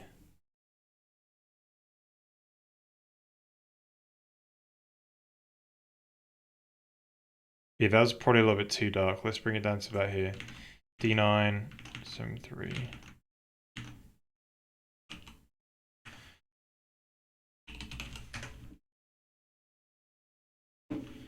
Seven three D9.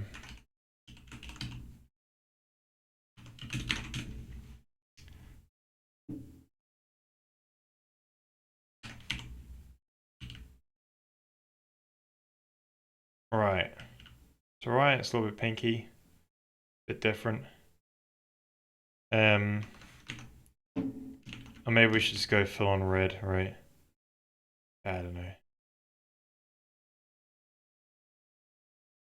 Just bring the...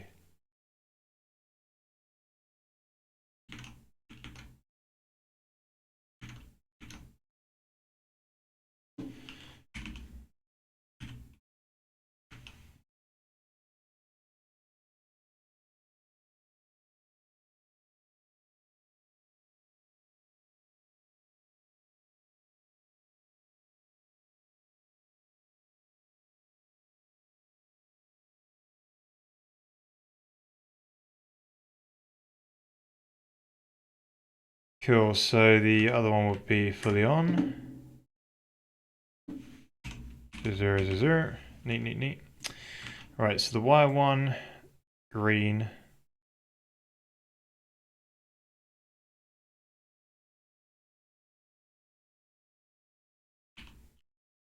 So I guess if it's fully on and I was just using this, is it just gonna... Yeah, it's just gonna drop the only one that's on, isn't it? Nothing else special about it. Alright, I got some ideas. We don't need a color picker anymore. Let's just go... Okay. So I guess we'll stick with the D9. So do that on the green. X, FF, D9 on the blue. Okay. So then when we're doing the XY plane, we'll just basically combine them.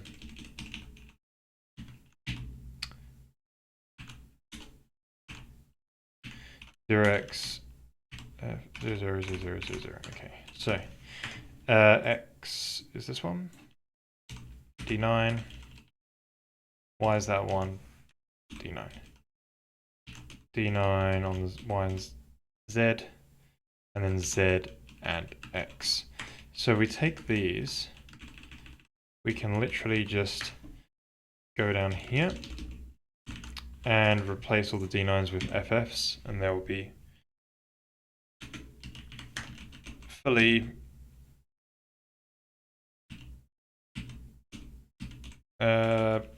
much brighter basically. Okay, so nearly there. Just got to wire in the code. So we'll just test it in the translation and we'll do it for the rest of the ones after. So basically you want to say if GFX gizmo hover is equal to gizmo hover X, then what we want is the hover version of colors. If not, what we want is the colors one, and then we index it with the X, yeah? So it is saying, that's plain, damn it. Right, X, Y, Z. Yeah. So now let's take that for a quick spin and see what happens. We should now have hovering gizmos, and they should be able to be read back CPU side as well.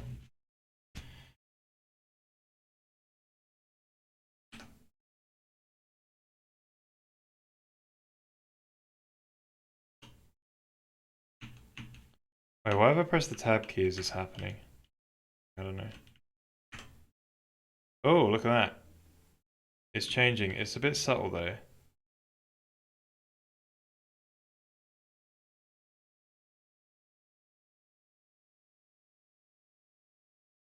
Maybe we need to change actual colors.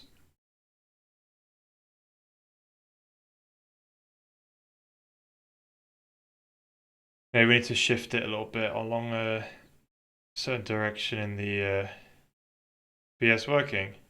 Not this one though, just the arrows.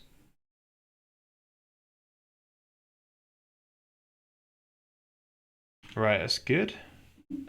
Get in there. So we could bring it down a bit more, but then it would just get darker. We could do a CC instead of a D9.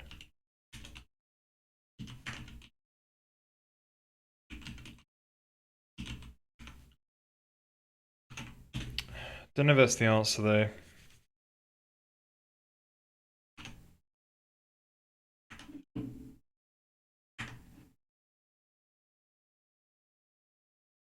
We could also make it grow by a little bit. That'd be a fun one. They grow a little bit. So they brighten up. It's gotta feel nice, right? Maybe you can like animate growing as well, I don't know. Be a bit of a sign thingy. But yeah, I guess if we change it to like a BB. Maybe an AA. That might be what we're looking for. I don't want to be too dark. Hey there, Amanadim. We're building Gizmos. Just trying to get some edited Gizmos because we're building some editors. You know, these are a little bit too dark now, I think. Maybe we'll do the as BBs. So they'll be a bit brighter. And then I think we'll do the growing thing. That'll be a bit of fun.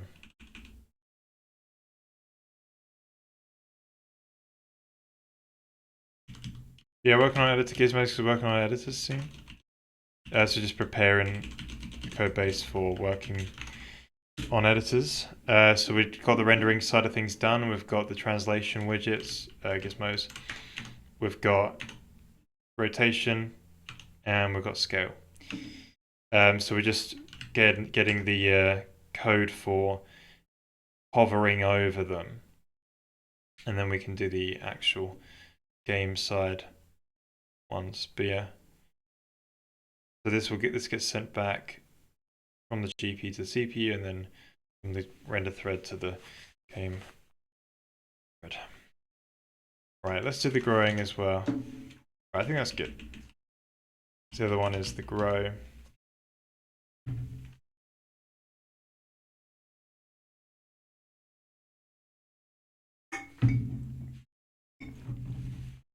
But how's things been with you, Amanda? So the thickness, I believe. See, the problem is you want to only do it for one of yours. So I guess we'll call it the. They have different thicknesses, right?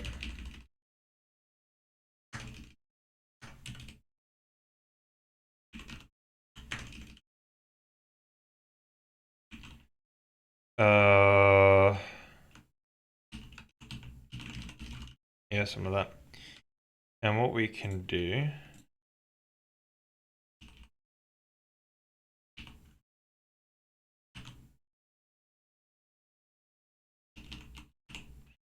Something like that. So what you're saying is if it's hovered, you know, turning on the thickness is might be a bit jarring, like a different one.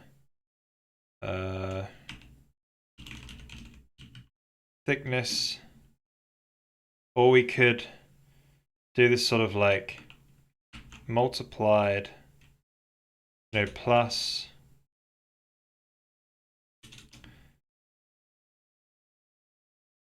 or you scale it by sine f of time in seconds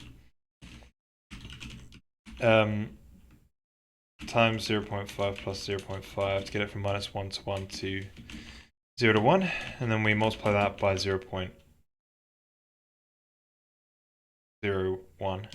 So just be a little bit bigger, hopefully. And it might be a bit too big to be fair, but let's just give it a go, see what happens.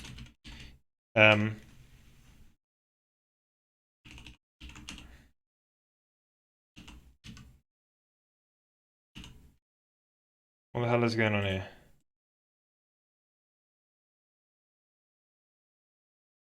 Oh, yeah, gotta be floats.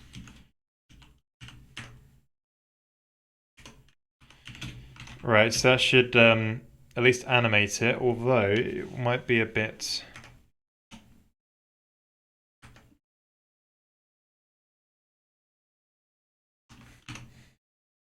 Right, I'm multiplying it from 0 to 1, isn't it? It's meant to be within 1 plus.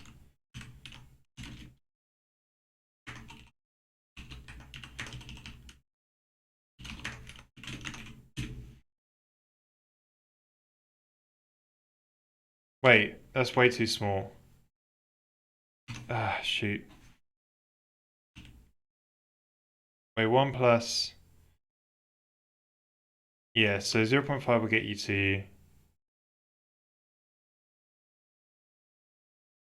Let's do 2.5, so a quarter.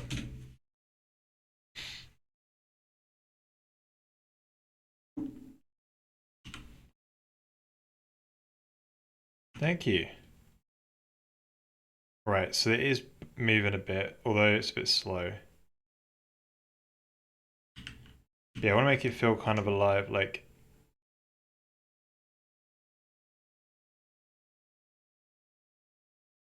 And really it should start from like the beginning of when you actually hover on something. So maybe... Yeah, we should be accumulating some time, which is not too hard to do. You just simply add another variable somewhere, so we can do that next to the hover. Hover time. Right, every time it changes, then you simply just reset hover time. So, Gizmo hover. Yeah, I'm just ray tracing them so they look smooth. They don't really look like they're made of triangles, which some of them end up doing. They end up being quite low poly. Wait, I want to do that feedback. Don't do that. GGFX. Right. So we say if it changes. Hang on a minute.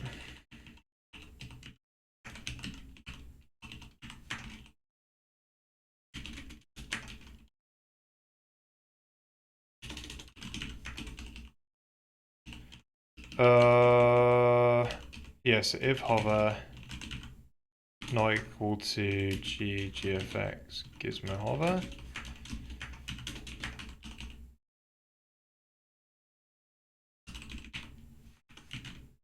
Cool. So we've reset the hover time. Then basically you always up the hover time. So after you've done the first render,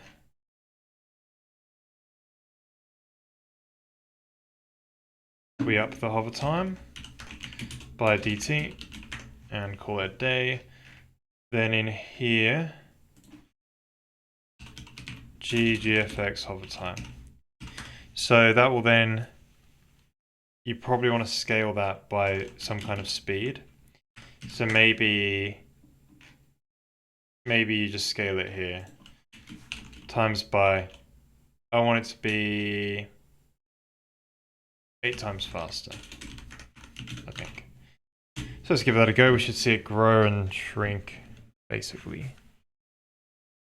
Yeah, ray tracing the gizmos, it's a basic ray tracer in a compute shader, just per pixel. I go over every debug drawing item. There we go. Look at that, funky. Boom, boom, boom. The power of sine. Obviously, they're not going to be rotating like this to the point where they're going to be annoying to select, right? This is just because we're animating at the moment. Yeah, that's cool. I like that. So if we simply apply the rest of that to everything else, we can get them working. So we'll get the planes working next. So, right, we need some colors. I guess I can overwrite them.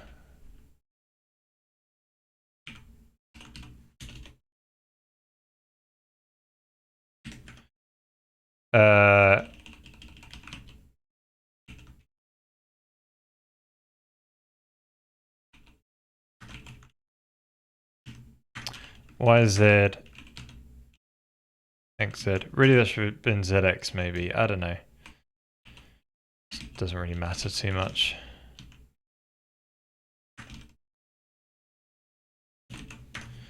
Cool. So, Gizmo color.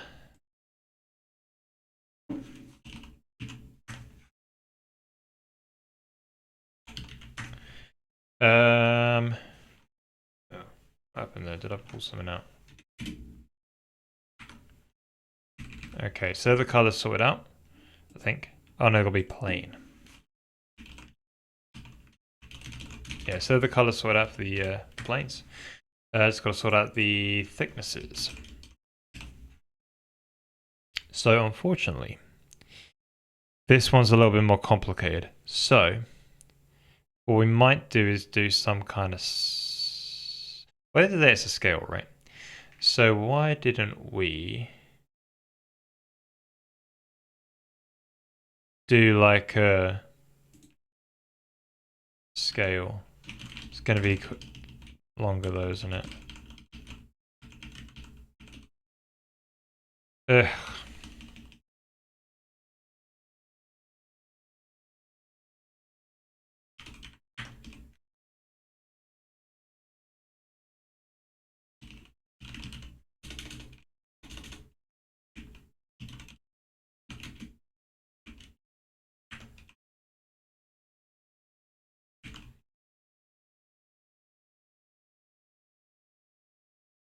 Thickness scale, I'll do. I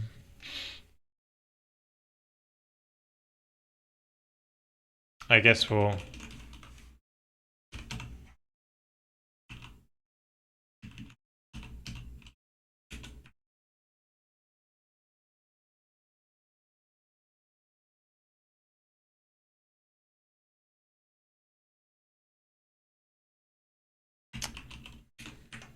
Yeah, I can just copy the ones from above. Copy. Oh, what? Put that one in there. Yeah, that's alright. Yeah, this could be made short so I could store it in a variable somewhere. But that's how things go. Wait. Thickness times.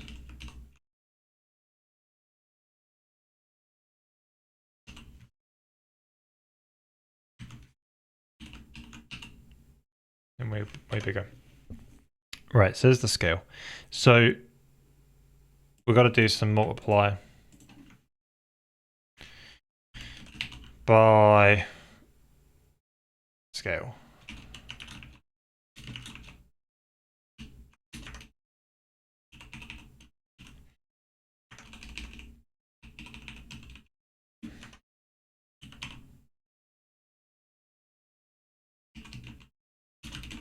Thickness scale. Oh yeah. Cool. So let's test it out. That should be the plain one done. Then the other ones are a lot easier to do because they're the same sort of enum. So if we hover over the oh yeah, they got their colors now. That's cool. They got the correct colors. So I hover over it and it bounces. Bouncy. Isn't that nice?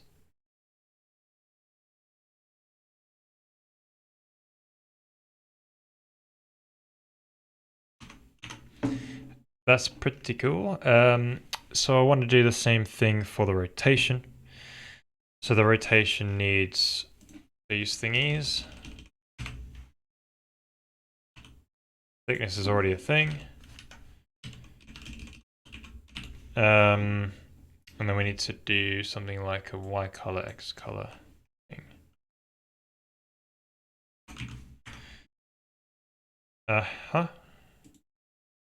Seems about right. Then thickness scale.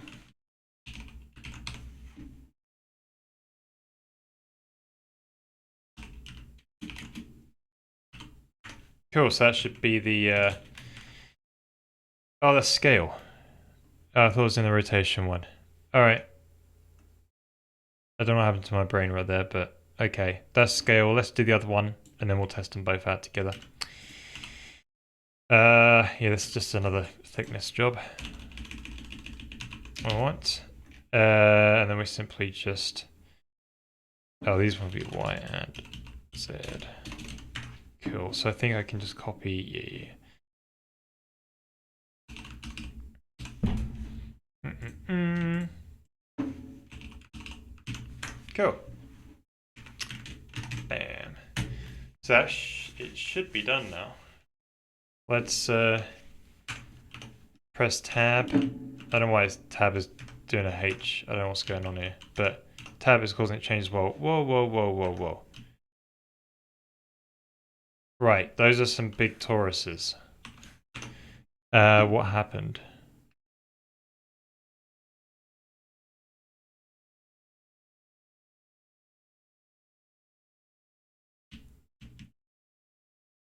Thickness. Oh, I just put thickness scale in there. Whoops. Thickness multiplied.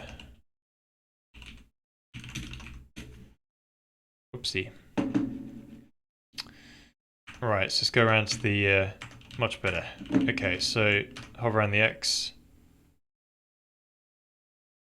Yeah, they get a little bit bigger.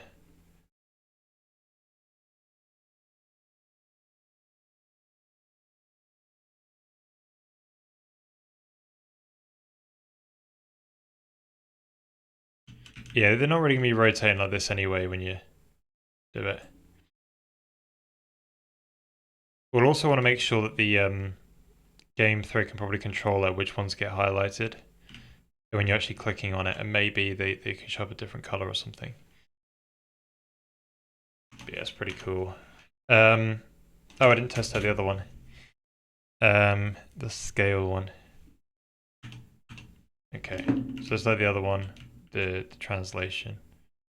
Yeah, look at that. That noise. Cool. Yeah, so that's Gizmos. I think they're basically there. We're gonna, I guess we can spend more time wiring up the game thread side and make sure we've got kind of like it ready to roll as soon as we go.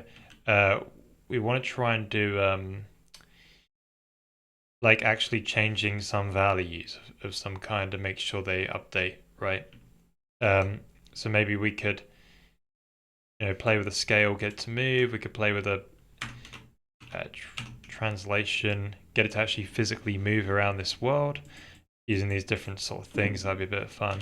And then also doing the rotation as well, which would then rotate these other ones, right? So I'm just going to take a quick break, get another drink, and then we'll come back and actually get it to modify some values now. Right. Okay, be right back.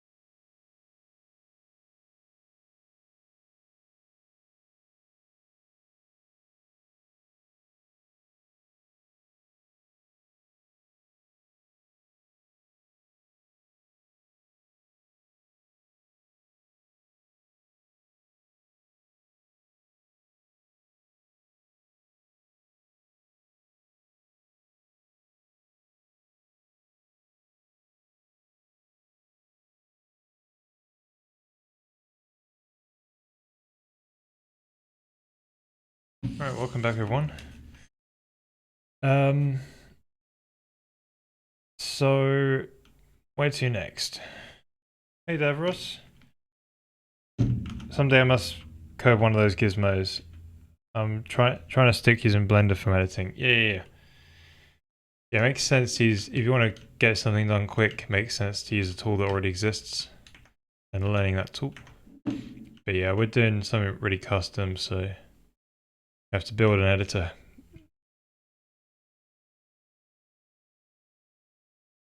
Probably make the colors better to be honest, but yeah, we can work next. How have you been?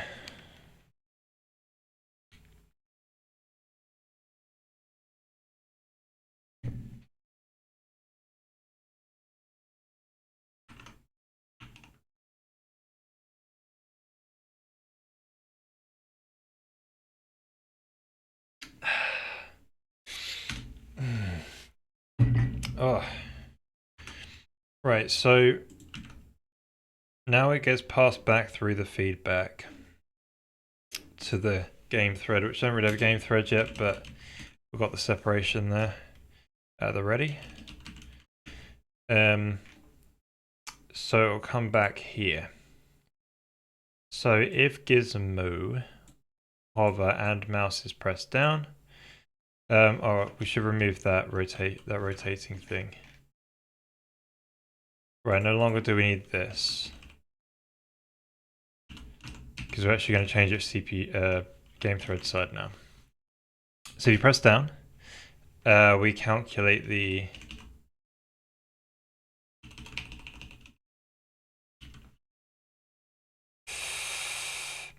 I guess we'll do another switch here. So we switch on the current gizmo type, and then we switch on the hover, and we handle all the cases.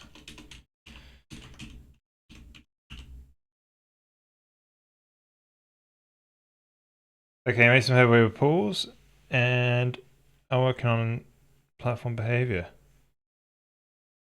Okay. What do you mean by platform behavior? Do you mean like actually jumping onto platforms? Oh.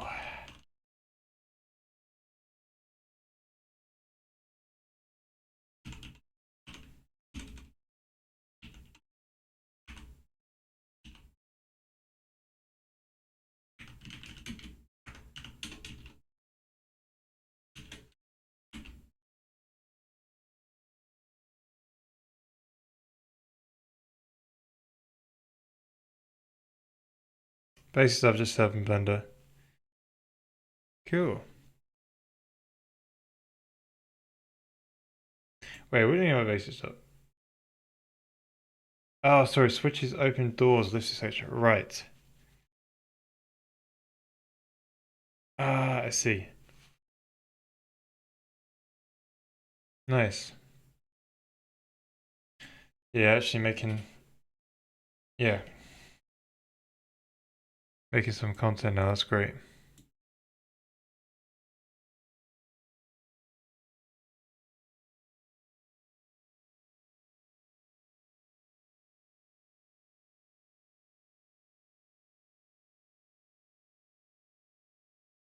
Yeah, because I remember your demo where you've got a bunch of, random enemies in the, uh, this one area. Hmm.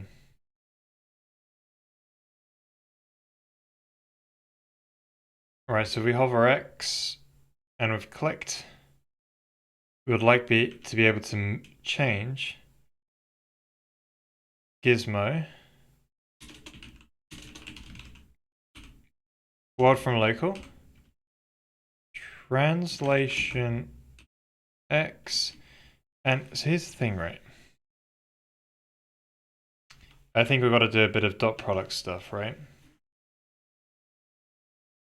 So if you've got your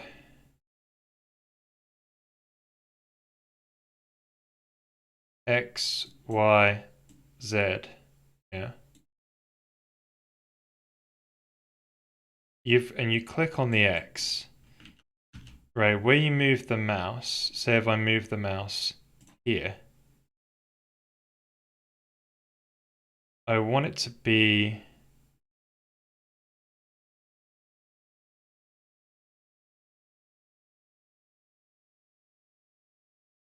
moved by this much. Is that right? Do I want that? Hang on a minute, let me do some or that much. No, yeah, I think it's that much. So we do the dot. Where's the right angle there? Yeah, that's right.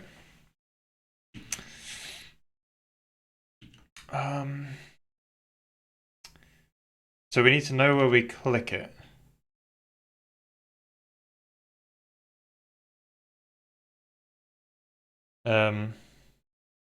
Gizmo hover.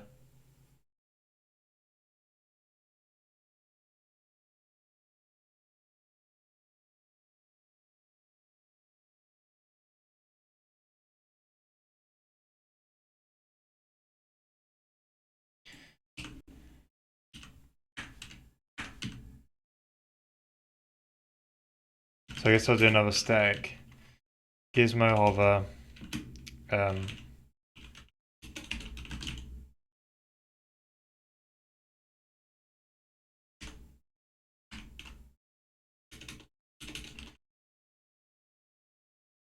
So what we can do is say this is the one which is currently Gizmo pressed.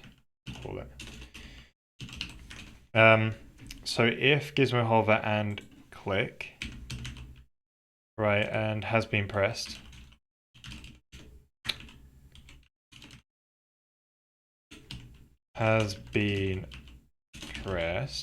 yeah, that will be Gizmo pressed equal feedback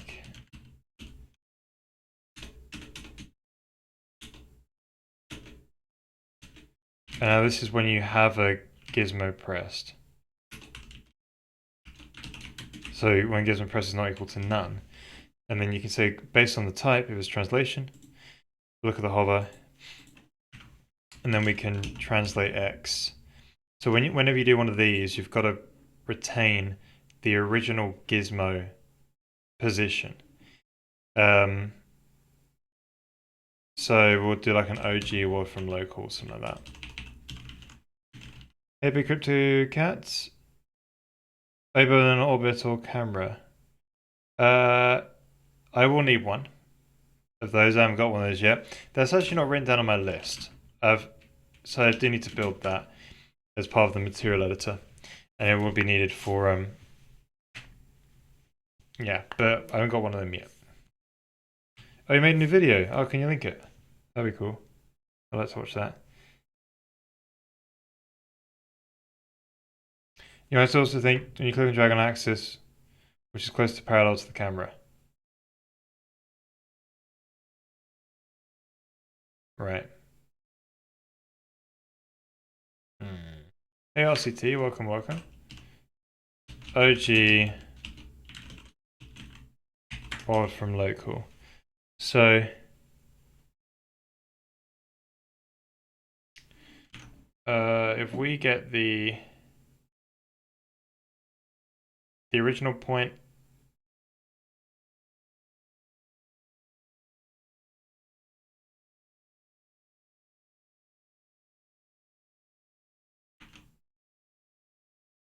right, so you want to get the vector.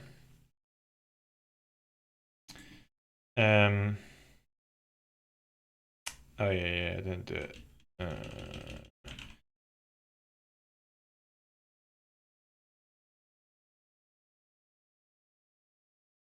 Or I could call it the Gizmo pressed. One of them, yeah. So I'll just be like what is it right now? Gizmo. Or from local, yeah. So there it is backed up. We need to get the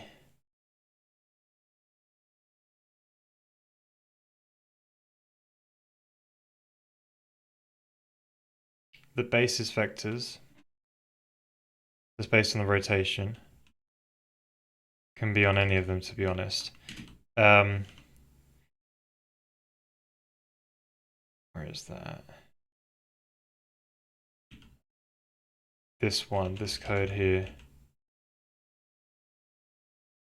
So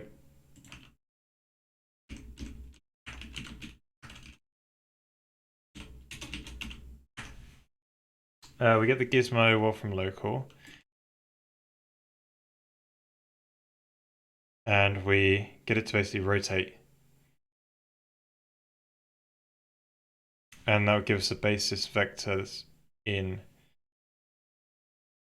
world space. Yes. Then we say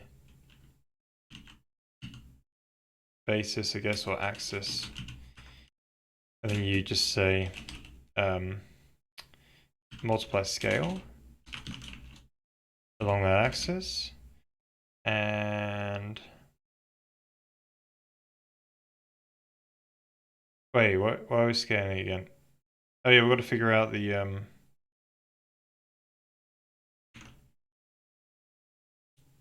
right, so based on that axis, that's the axis direction.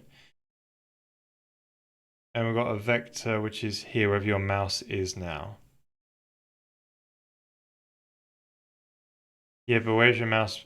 Your mouse is somewhere on a 2D plane. How's this gonna... How am I gonna get that? Oh, something to think about. Right, I'll grab the link. For some reason, they've not got their regex right. Yeah. I'm building some gizmos. I can show you my gizmos.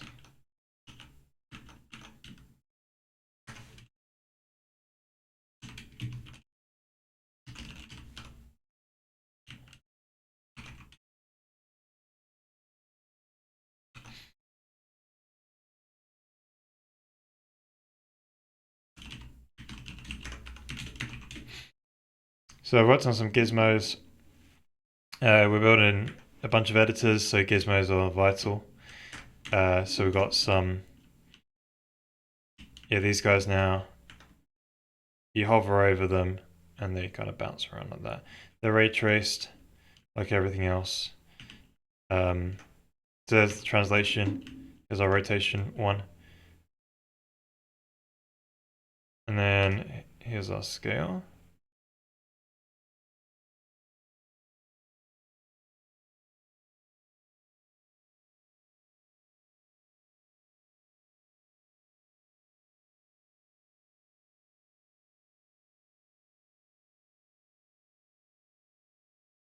Interested why they want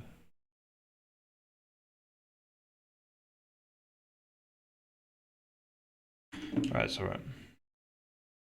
Cool. Yeah, so just trying to wire up the CPU side code now to get it to actually respond.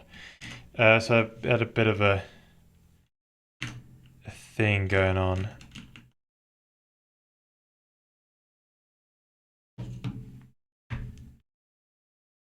Where, so we've got the basis vector in world space.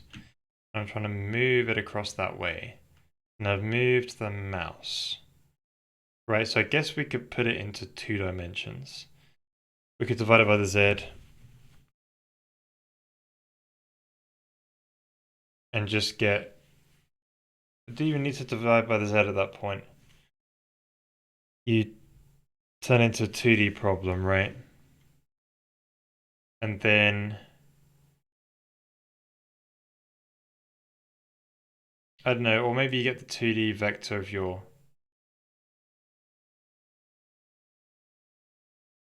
Yeah, and then put that into... Well, it could be anywhere and then end up going back here or something, wouldn't it? And that won't really work. So we're going to need to...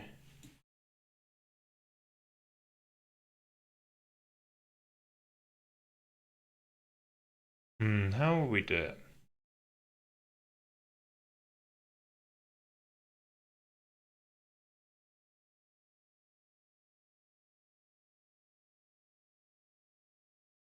maybe, yeah, bringing this into screen space is probably the answer. Bringing the axis thing into screen space. So this point and then the axis thing into screen space. And then using your screen space mouse position and then doing the dot products between the two. Yeah.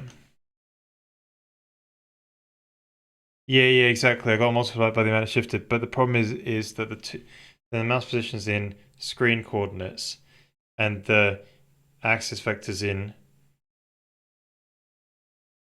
world position coordinates, right? And you've got to get it. Yeah.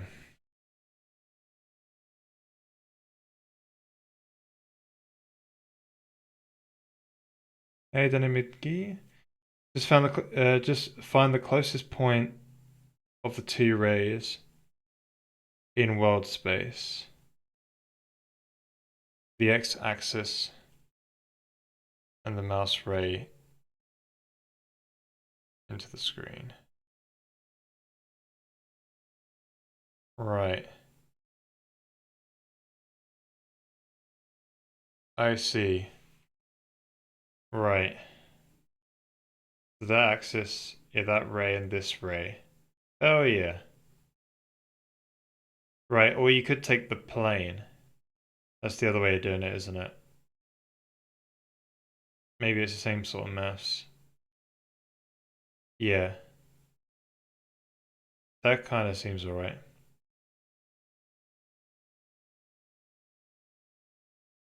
You could probably get a mouse ray multiplied by the inverse view matrix on the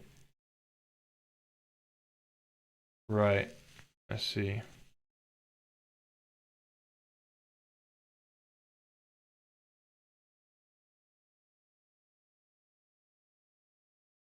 Oh, screen size is supposed to be more accurate, right? I'll try in screen space. That one's not too hard to do. They're both about the same level of complexity. I just didn't know which was most correct. Oh, they can both be. That's cool. Right, so which one's easier? Well, I think the screen space one's easier to do because I've not got a ray versus ray code yet. In the code base. Hmm.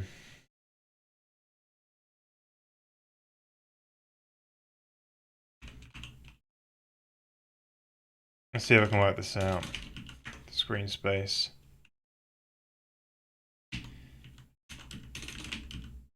Well, I might have to get a view from whatever matrix as well to come back out. So I've not got that here in this.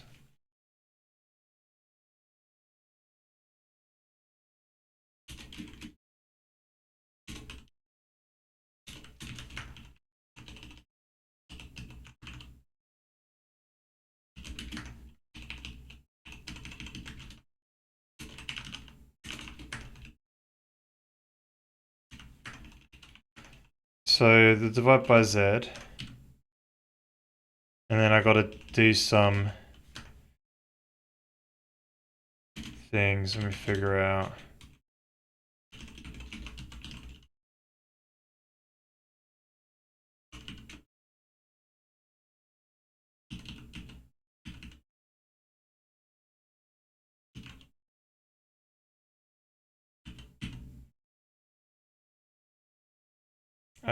Sphere, screen. No. Is that my old?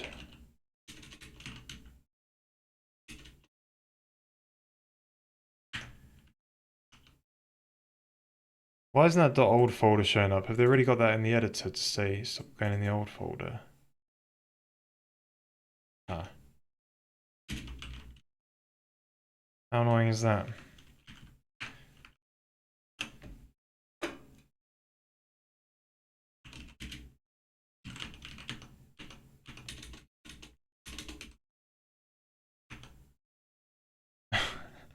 They've actually programmed the old fault, like the old extension in the editor. Right. Quit helix. You bugger.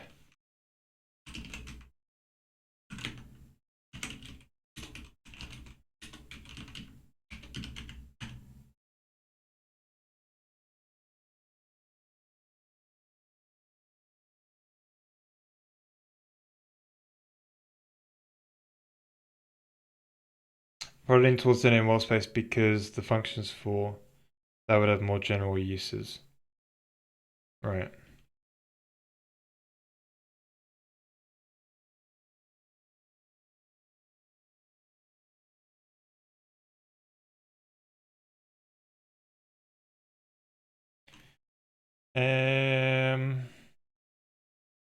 What am I looking for? The screen bounds. Alright, let's figure this out. So you did the divide by Z, oh yeah, then the pixel size and near clip. And offset by the half dims.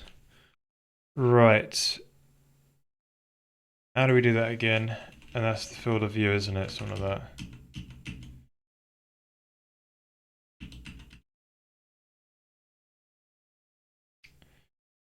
Right. Bit of maths.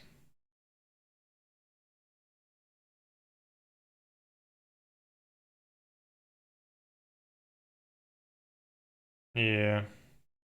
I don't really have a field of view and it's kind of hard coded at the moment. Yeah, maybe I'll just copy this. Right, maybe we need a function, say like screen space.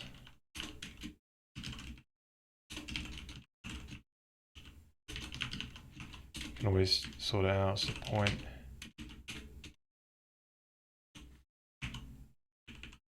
Something like that. We need some dims. Well, luckily those are hard coded at the moment. just adding more things to sort out. So display temp display height. Oh, sorry about that. Cool. So you do that.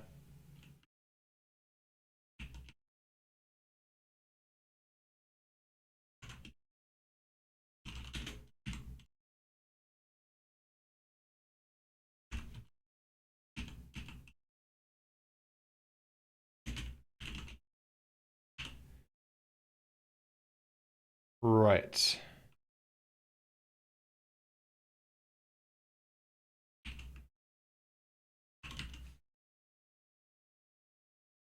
It's got to be in view space though, isn't it?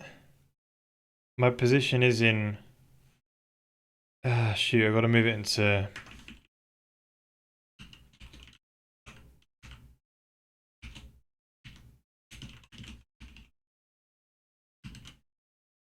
Crap. I've got to get back the matrix. Yeah, it will be from the initial drag position, that's correct. It will be from there.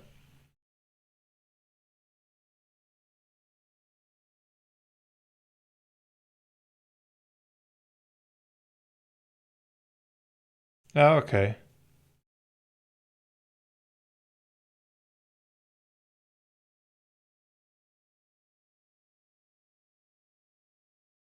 Yeah, that'd be cool. Yeah, I'm not sure. Yeah, I think it's something I'll add later. Yeah, those are some good ideas though.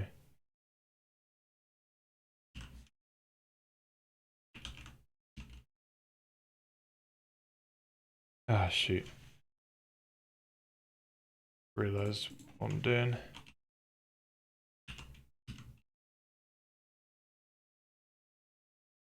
So I have a near clip. Right, so unfortunately this is another hard-coded thing.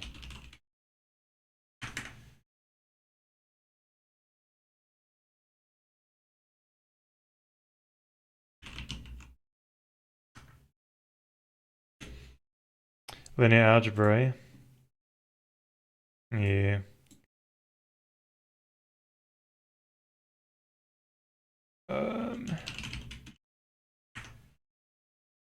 I think that's right. That makes sense to me. Got some hard-coded things like field of view. Made this Gizmo a few years ago. Was an interesting coding challenge. Crap, I forgot to see. I got distracted. Ross's video that he sent. I was gonna watch that, then I'll explain what I was doing to someone. Alright. Oh, nice. This is way better than before. There's a lot of flash. That's a lot of flash.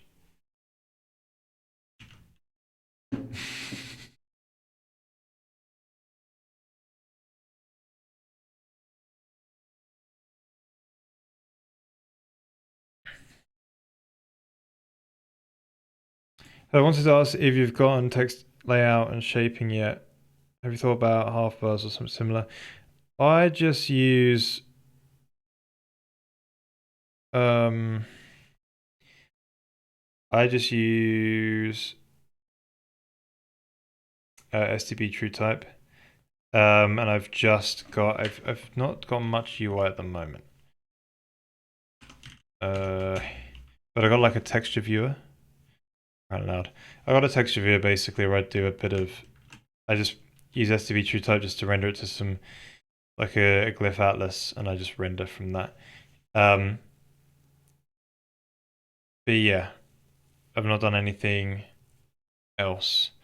Yeah, just some basic text rendering. Until I need it in world space, I won't be doing SDFs until then. But they'll probably only be used for like world space text.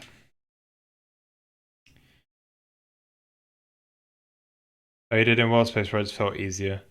Yeah, I don't know what. Yeah, I'd have to do the ray versus ray thing. I guess it's not too bad. Yeah, I've already got the code for this, so it's just easier. But I do need to send back a view from world matrix anyway from the render thread. It gets calculated in there. That's probably a bad idea. Probably a bad idea. I should probably calculate it here and then send that as like a camera thing into where's my code? Render frame. Should probably go into the payload. Let's fish that out. So where's it done?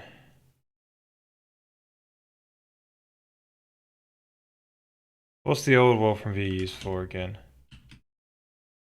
Oh, we need that. Oh yeah, because we did a reprojection thing, didn't we? At some point. Okay, so I'm thinking.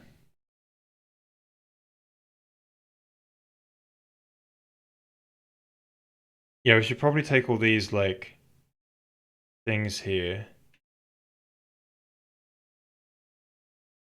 and move that into the game. So this does like changes the or calculates the view from world matrix.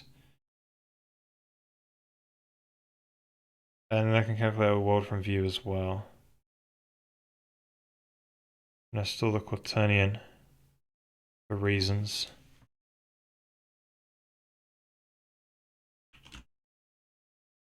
Don't know why I needed that one. But yeah, I think we should pass these through from the game. Alright, let's get that sorted out.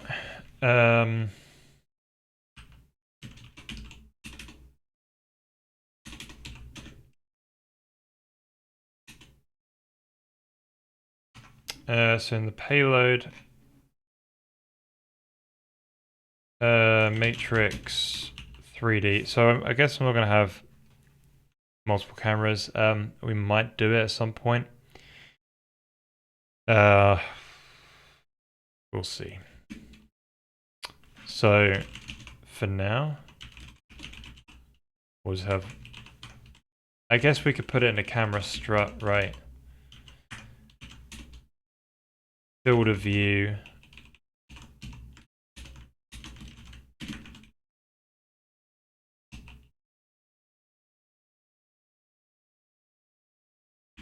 Matrix 3D view from world. I guess we'll Have the world from view as well. And we'll put the camera in here. Alright. So we'll take all of this. I think... Why did I need that world from... View from world quaternion? I've not needed that anymore. I can just delete that, that's cool. Why do we need the angle?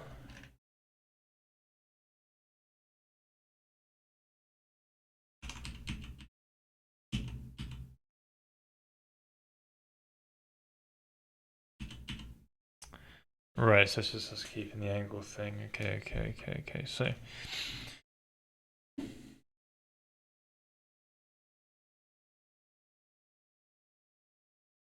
oh, we didn't put field of view in there, is it?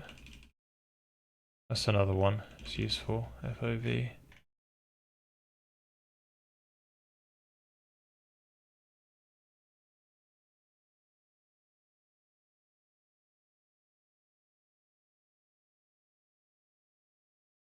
So if not trap mouse, and is the initial frame or something.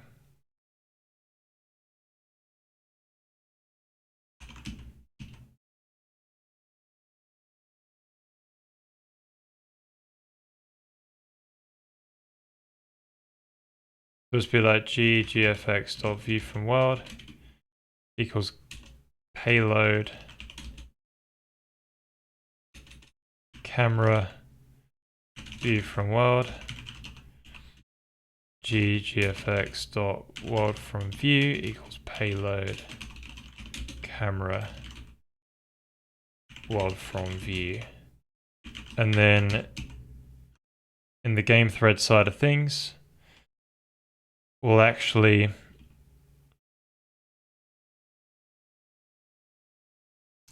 calculate some of this here.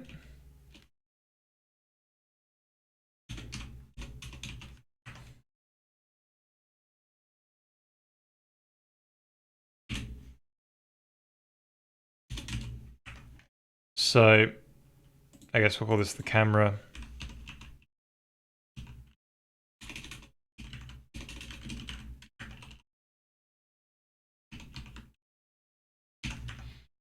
You know, it's pretty silly the way we're doing it for now, but yeah, it's all placeholder. So I think I'll like trap mouse. So where's that come from? Right, it's another bit of code here. So if you press the escape key, will untrap or trap the mouse. Now, that should probably be some state that's passed around. We do some debug drawing, is mouse trapped? Interesting.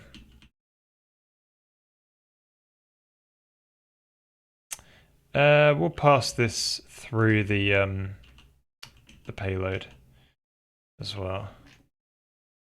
Stick it here or something. Then the payload will chuck it in there as well. Time seconds. Like a first frame thing. Delta time. Our delta time is also hard coded. I've not ported over my time code yet. So we're just hard coding it, you know, as you do. Hey Voodoo. Yeah, I got my haircut. Sat through that. But yeah, it's pretty alright. I'll be having another one for a few months. Next year, I'll have a haircut. Yeah, how you doing? Thank you, appreciate the compliment.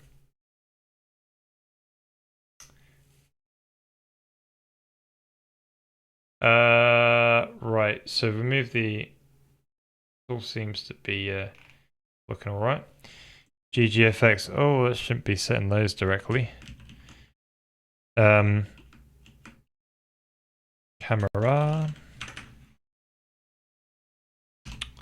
Cool. And then camera As you do. So what?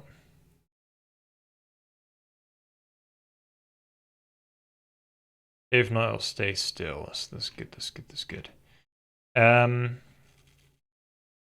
What else could be a problem? Yeah, I wanted to set that. Oh, kind of. There's so many things which are broken.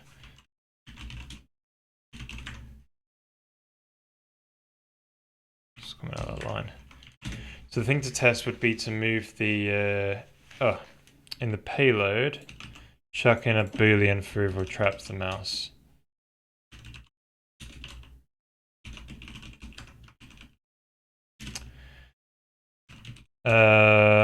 Trap mouse. So payload. Sweet. So that should compile again. So let's just double check that quick. Make sure our view from world stuff is still working. Shoots camera in world position.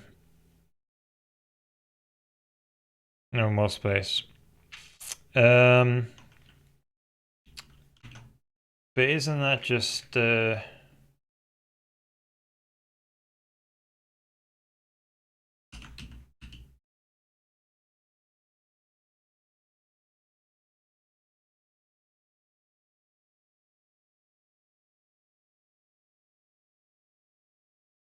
right?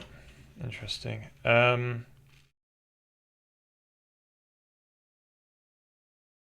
Yes, the negative.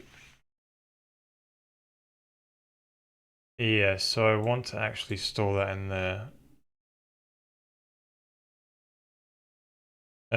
Position world space. Something like that.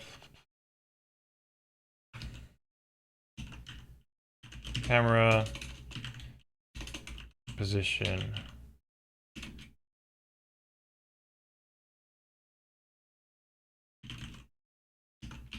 Maybe we could do a camera field of view as well. I don't know if it's going to be useful. Yeah, we'll leave it for now. Go back into the graphics.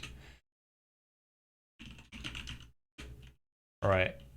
Payload, camera, pause world space. Boom. Cool, hopefully that still works. We just moved the world space, sorry, the view from world. Oh. Yeah, so still works. First frame's busted though. Yeah, the gizmos are still there and work.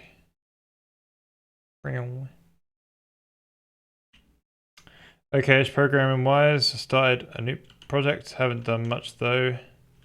Oh.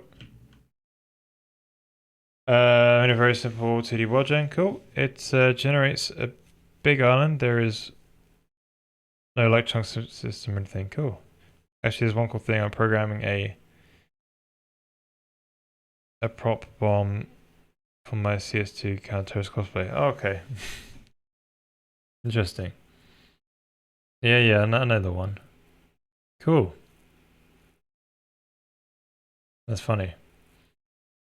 Yeah, nice. Very simple oop. 2D or gen. So is it like a procedure generated game that you're making? Well, not really a game, but just a world gen thing for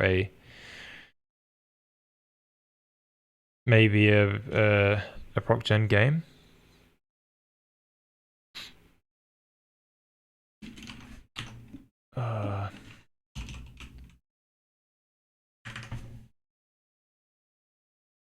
So now we've got this matrix CPU side. That was the whole reason why we did it. So we move into view space. Wait. Yeah. It's a vector in it.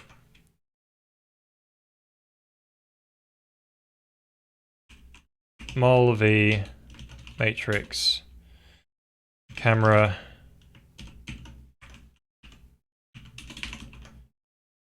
view from world. That's all right. We've got the axis. Then we get it screen space from view space. My concern is that it is only a vector. So, what you're saying? If it's a position,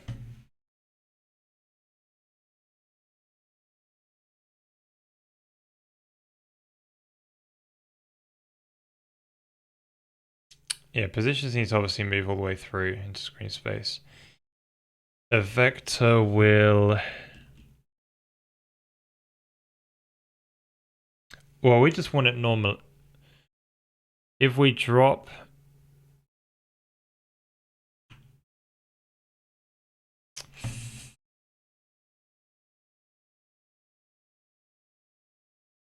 Yeah, I think we've got to do the divide by z still. No, because they'll be the same. If we take the xy and then normalize it, does that work? It might not though. We just want a direction. Take xy and normalize. In view space. I'll divide by z just in case. That's the position.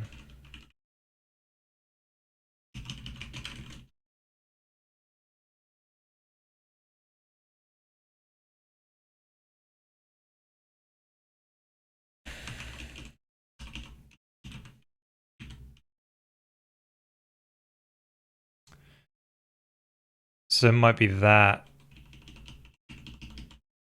And then we just want to normalize it, isn't it?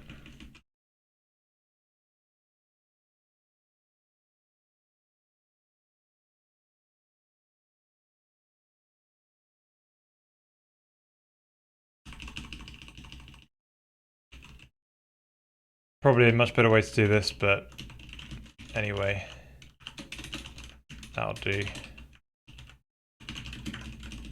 Do a version 2 some other time. Should be alright.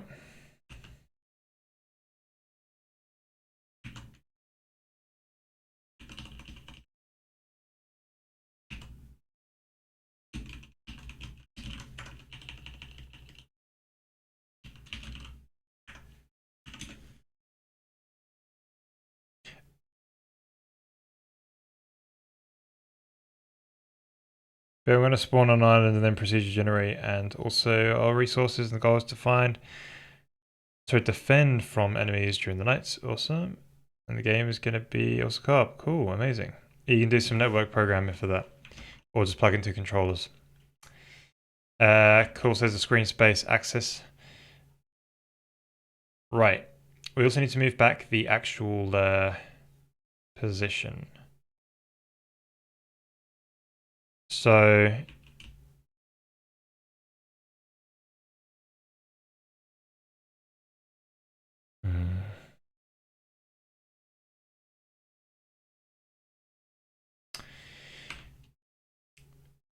we're then going to move the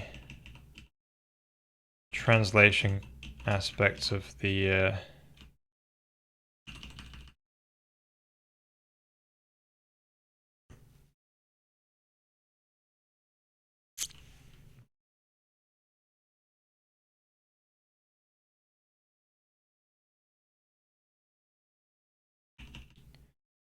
from world space into view space. So this is the actual position, and then we'll do a position in screen space. So screen space from view space P. All right. So we now got the position of the actual gizmo, if you will, and then its axis in screen space. So we could debug draw those. Actually, no, we can't run the wrong thread. Yeah, gonna work. So with those now, we should be able to get the So I've got this pointer here and this vector here. If your mouse is here, you need to draw a vector towards that mouse position, yeah? So you draw the mouse direction. So that'll be a subtract from position. How are we passing in the mouse? Are we calling it?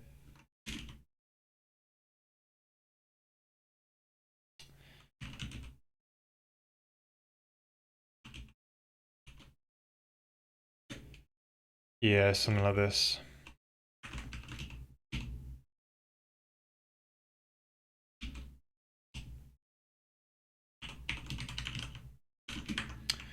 Right, mouse position. So we want to go towards the mouse from the position in screen space.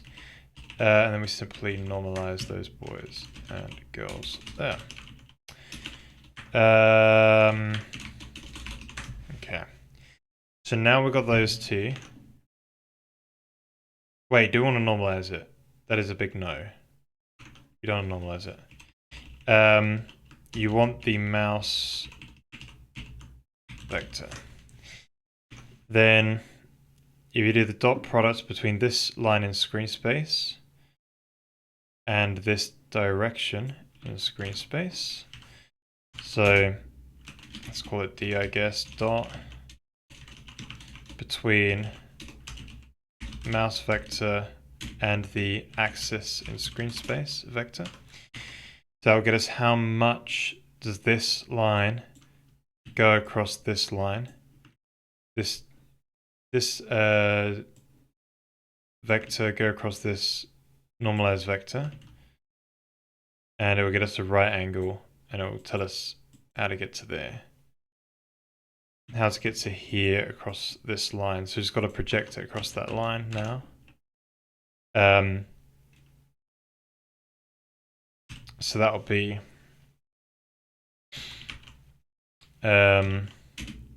new position,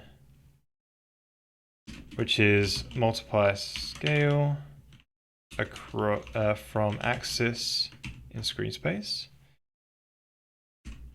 with D, and that's the new position. Now we could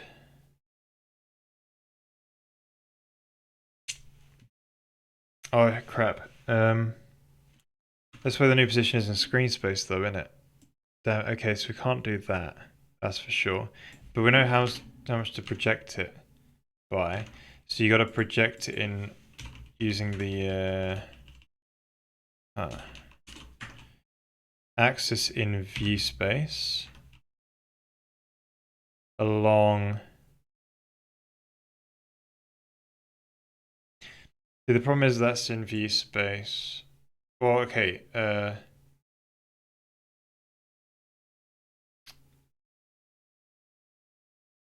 Right. We want the one in world space, probably.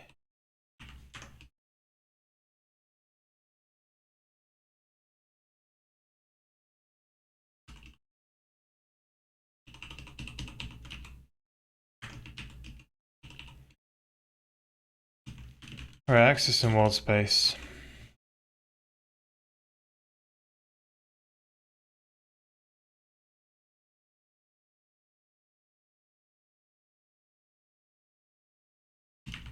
So we should be able to project that across the world space vector instead, since they're the same vector. And then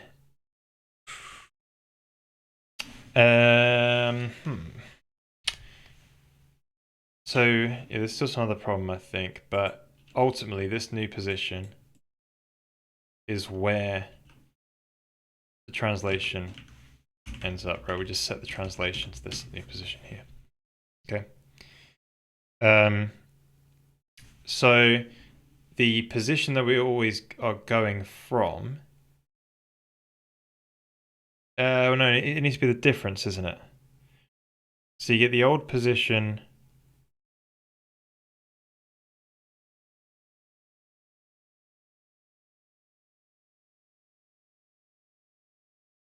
I've also got to know where I clicked it probably as well, actually where I pressed it down. Yeah.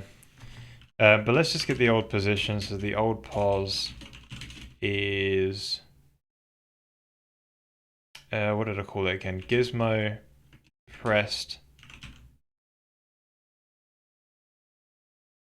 world from local. Maybe I could use less variables, but we'll see.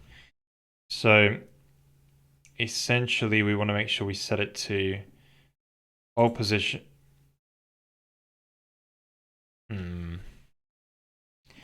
If I've clicked it down here and then I move my mouse over here or something, we want it to move by that distance.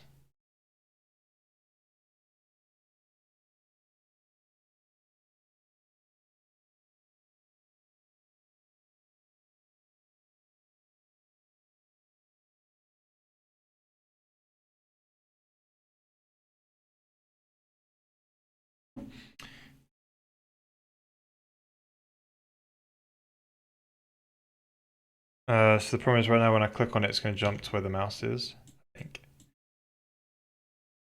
It's going to jump to here. I got to be careful, right? So you got to know, like, hey, where I clicked it, where is that mouse position in screen space and what is that distance? Something like that. So I guess you want the old position in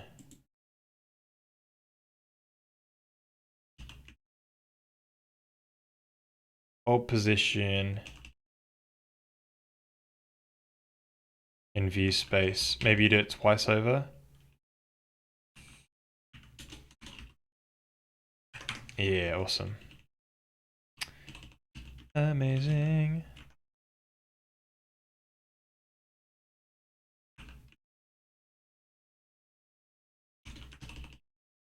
I'll pause screen space.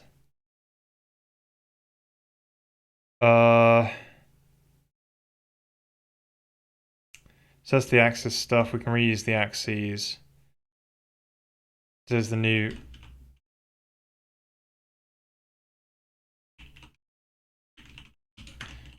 The old mouse vec. That's where it was originally. Then new distance, old distance.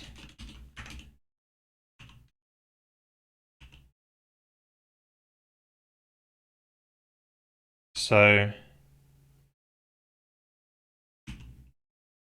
old mouse pause, world space, new mouse pause, world space.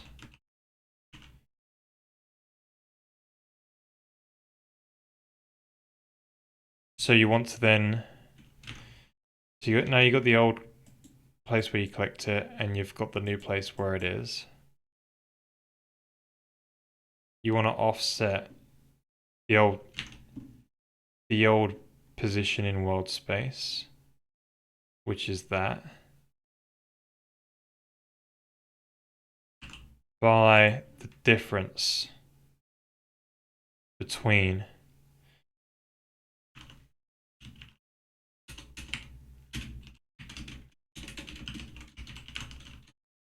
going towards the new from the old. And it's an add of that. That sounds right to me. Right, it's fiddly as hell, but maybe we can share that. Yes, probably got to clean it up a bit. What's going on? Is there a way to feed this in ChatGPT to find out the lines that are redundant? I don't need ChatGPT.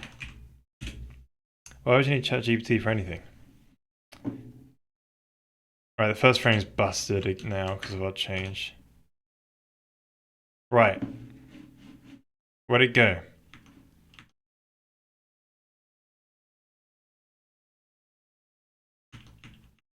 Right, clearly we messed up stuff. Yeah, it's that first frame. What does it do first frame again? Was it?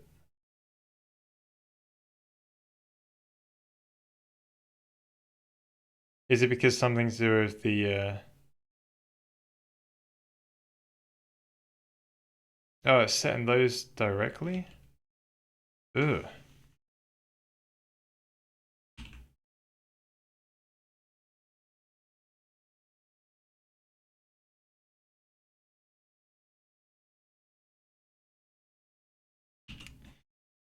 can't be doing that, it's bad.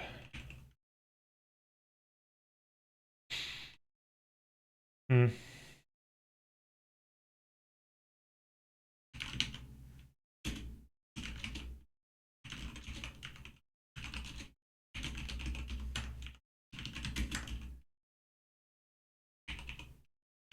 But still, the axis is 0, 0. 0, then what's the problem? I don't know what the problem is.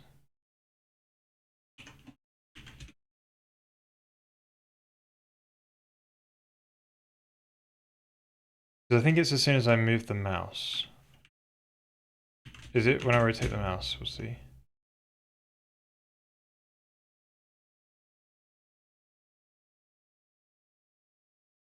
Is it the trapped mouse thing? Oh, because the mouse is trapped, it doesn't update it. Is that right? Yeah, it starts trapped. Yeah, can we do a first frame thing? Maybe we just start it like that, the other way around. Which means I think I have to delete something up here.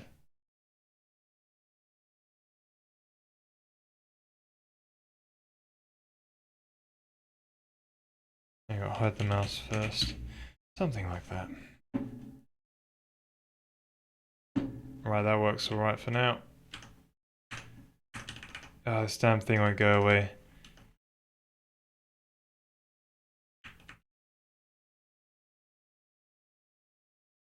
Backflip.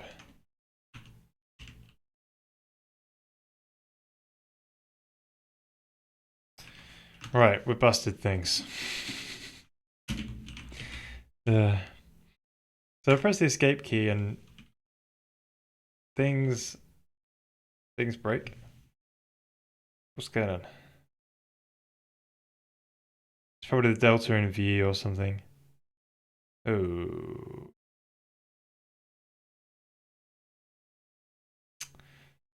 Don't know. What else?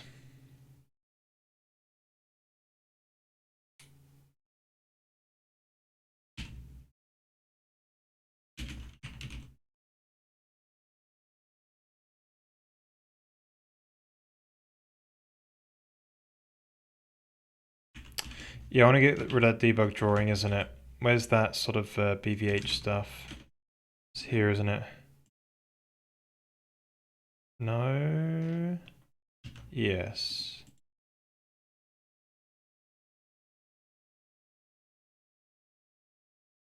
I don't even know what code it is anymore. Where is it? I think it's the draw 2D stuff. Ah, here we go. This function. No draw. It's obvious, right? There's a no draw function. Just want to disable all this crap. It's recursive. Here we go. Goodbye. Not two. Right, so now we get rid of that debug drawing stuff that we won't need to see. Cool. Right. So if I click on the X, it's gonna... Yeah, it does a weird thing. Go to the main. Oh, we're doing that. Yeah, so obviously when I set this back, don't like it.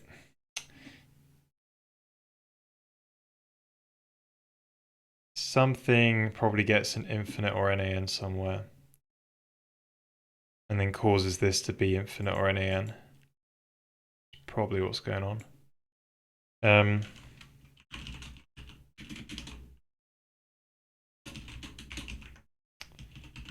See what D gets put as. Easier to debug print.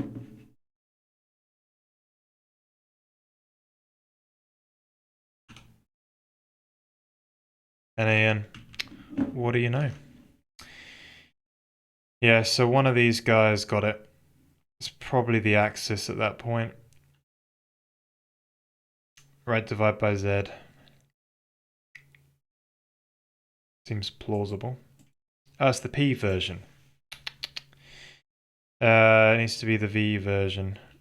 Oh, it is. Or the U version, whatever it was, right. Okay. Okay, so that seems to be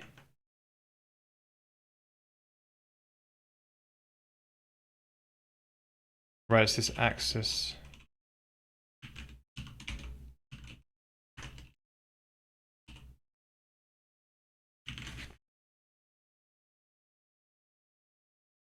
Oh.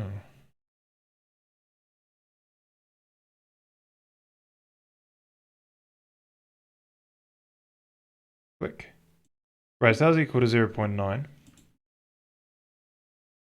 So I guess it's when I got it into screen space, things start to go downhill.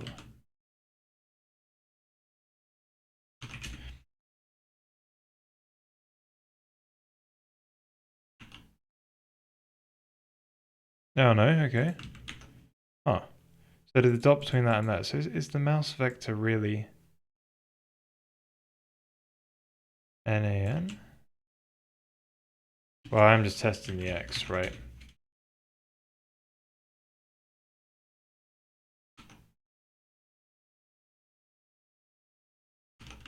Let's see what that was.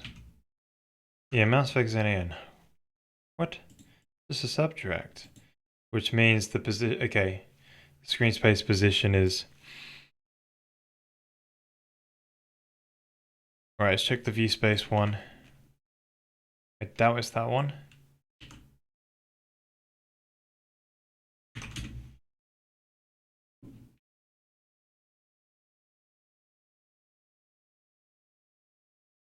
Right, that got NAN. So these must be set though. Multiply vector.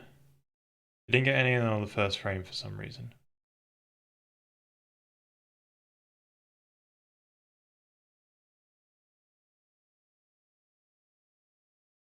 Oh, are these not set?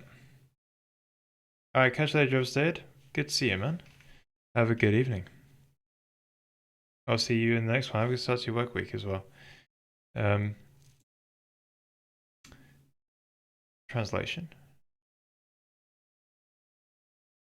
For this, and I don't think this is set. No, it must be set.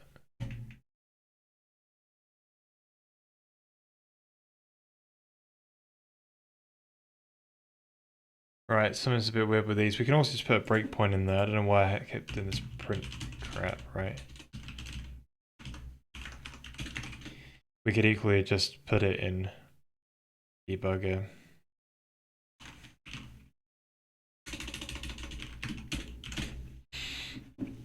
And just did it this way.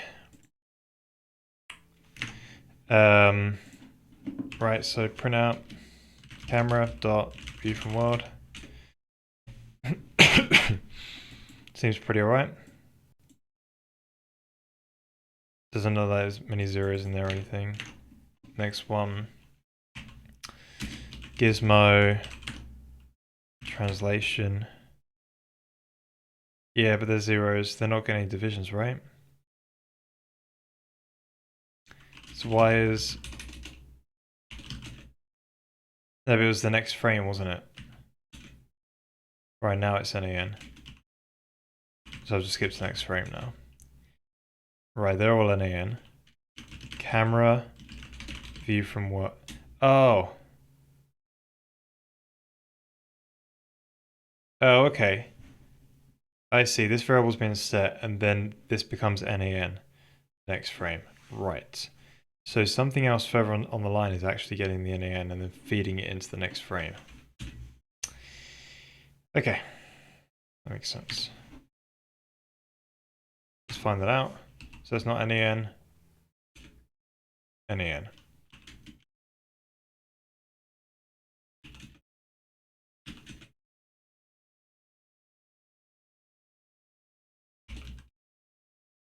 Huh?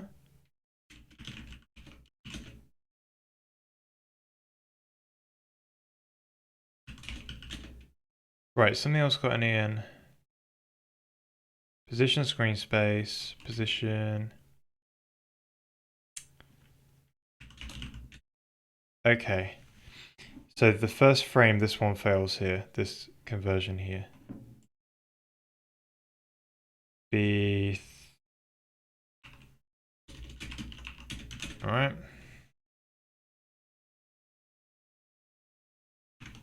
Okay, so hop into there, we'll figure that one out. Alright. NEN. Right. Oh yeah, Z is 0, isn't it? Hmm.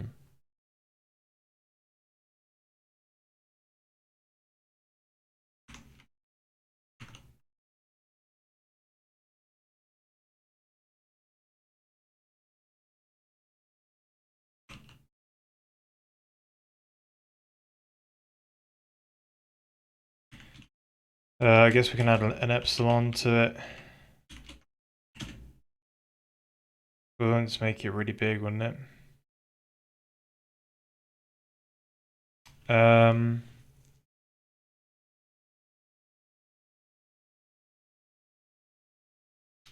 If Z is 0, you'll put it on the screen.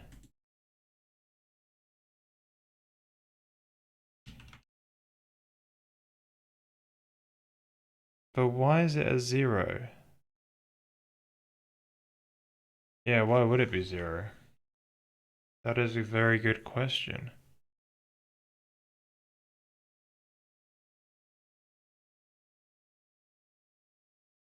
Because it's not there, it's not a 0, is it?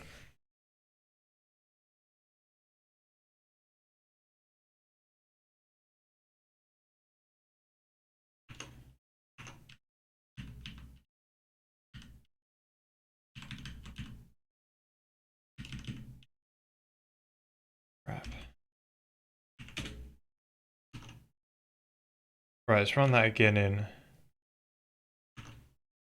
Put one of those breakpoints down here.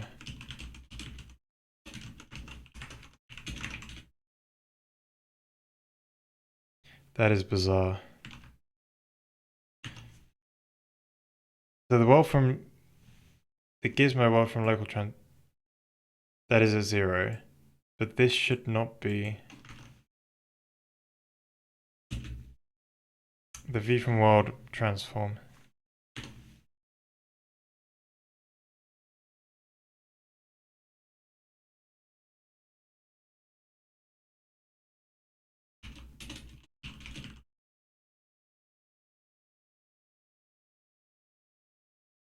Right, so camera.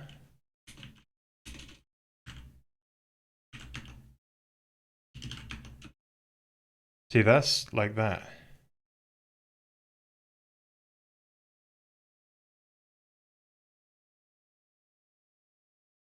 Unless my multiply matrix function is wrong, but how it, I can see the problem. P. So instead of V, it needs to be P. So V just does the rotation scale. Right. Let's try that one out.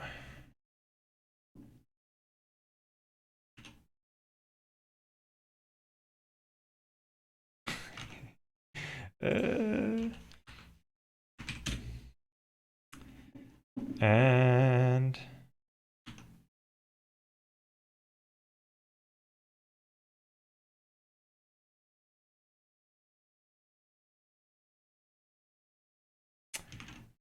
no luck.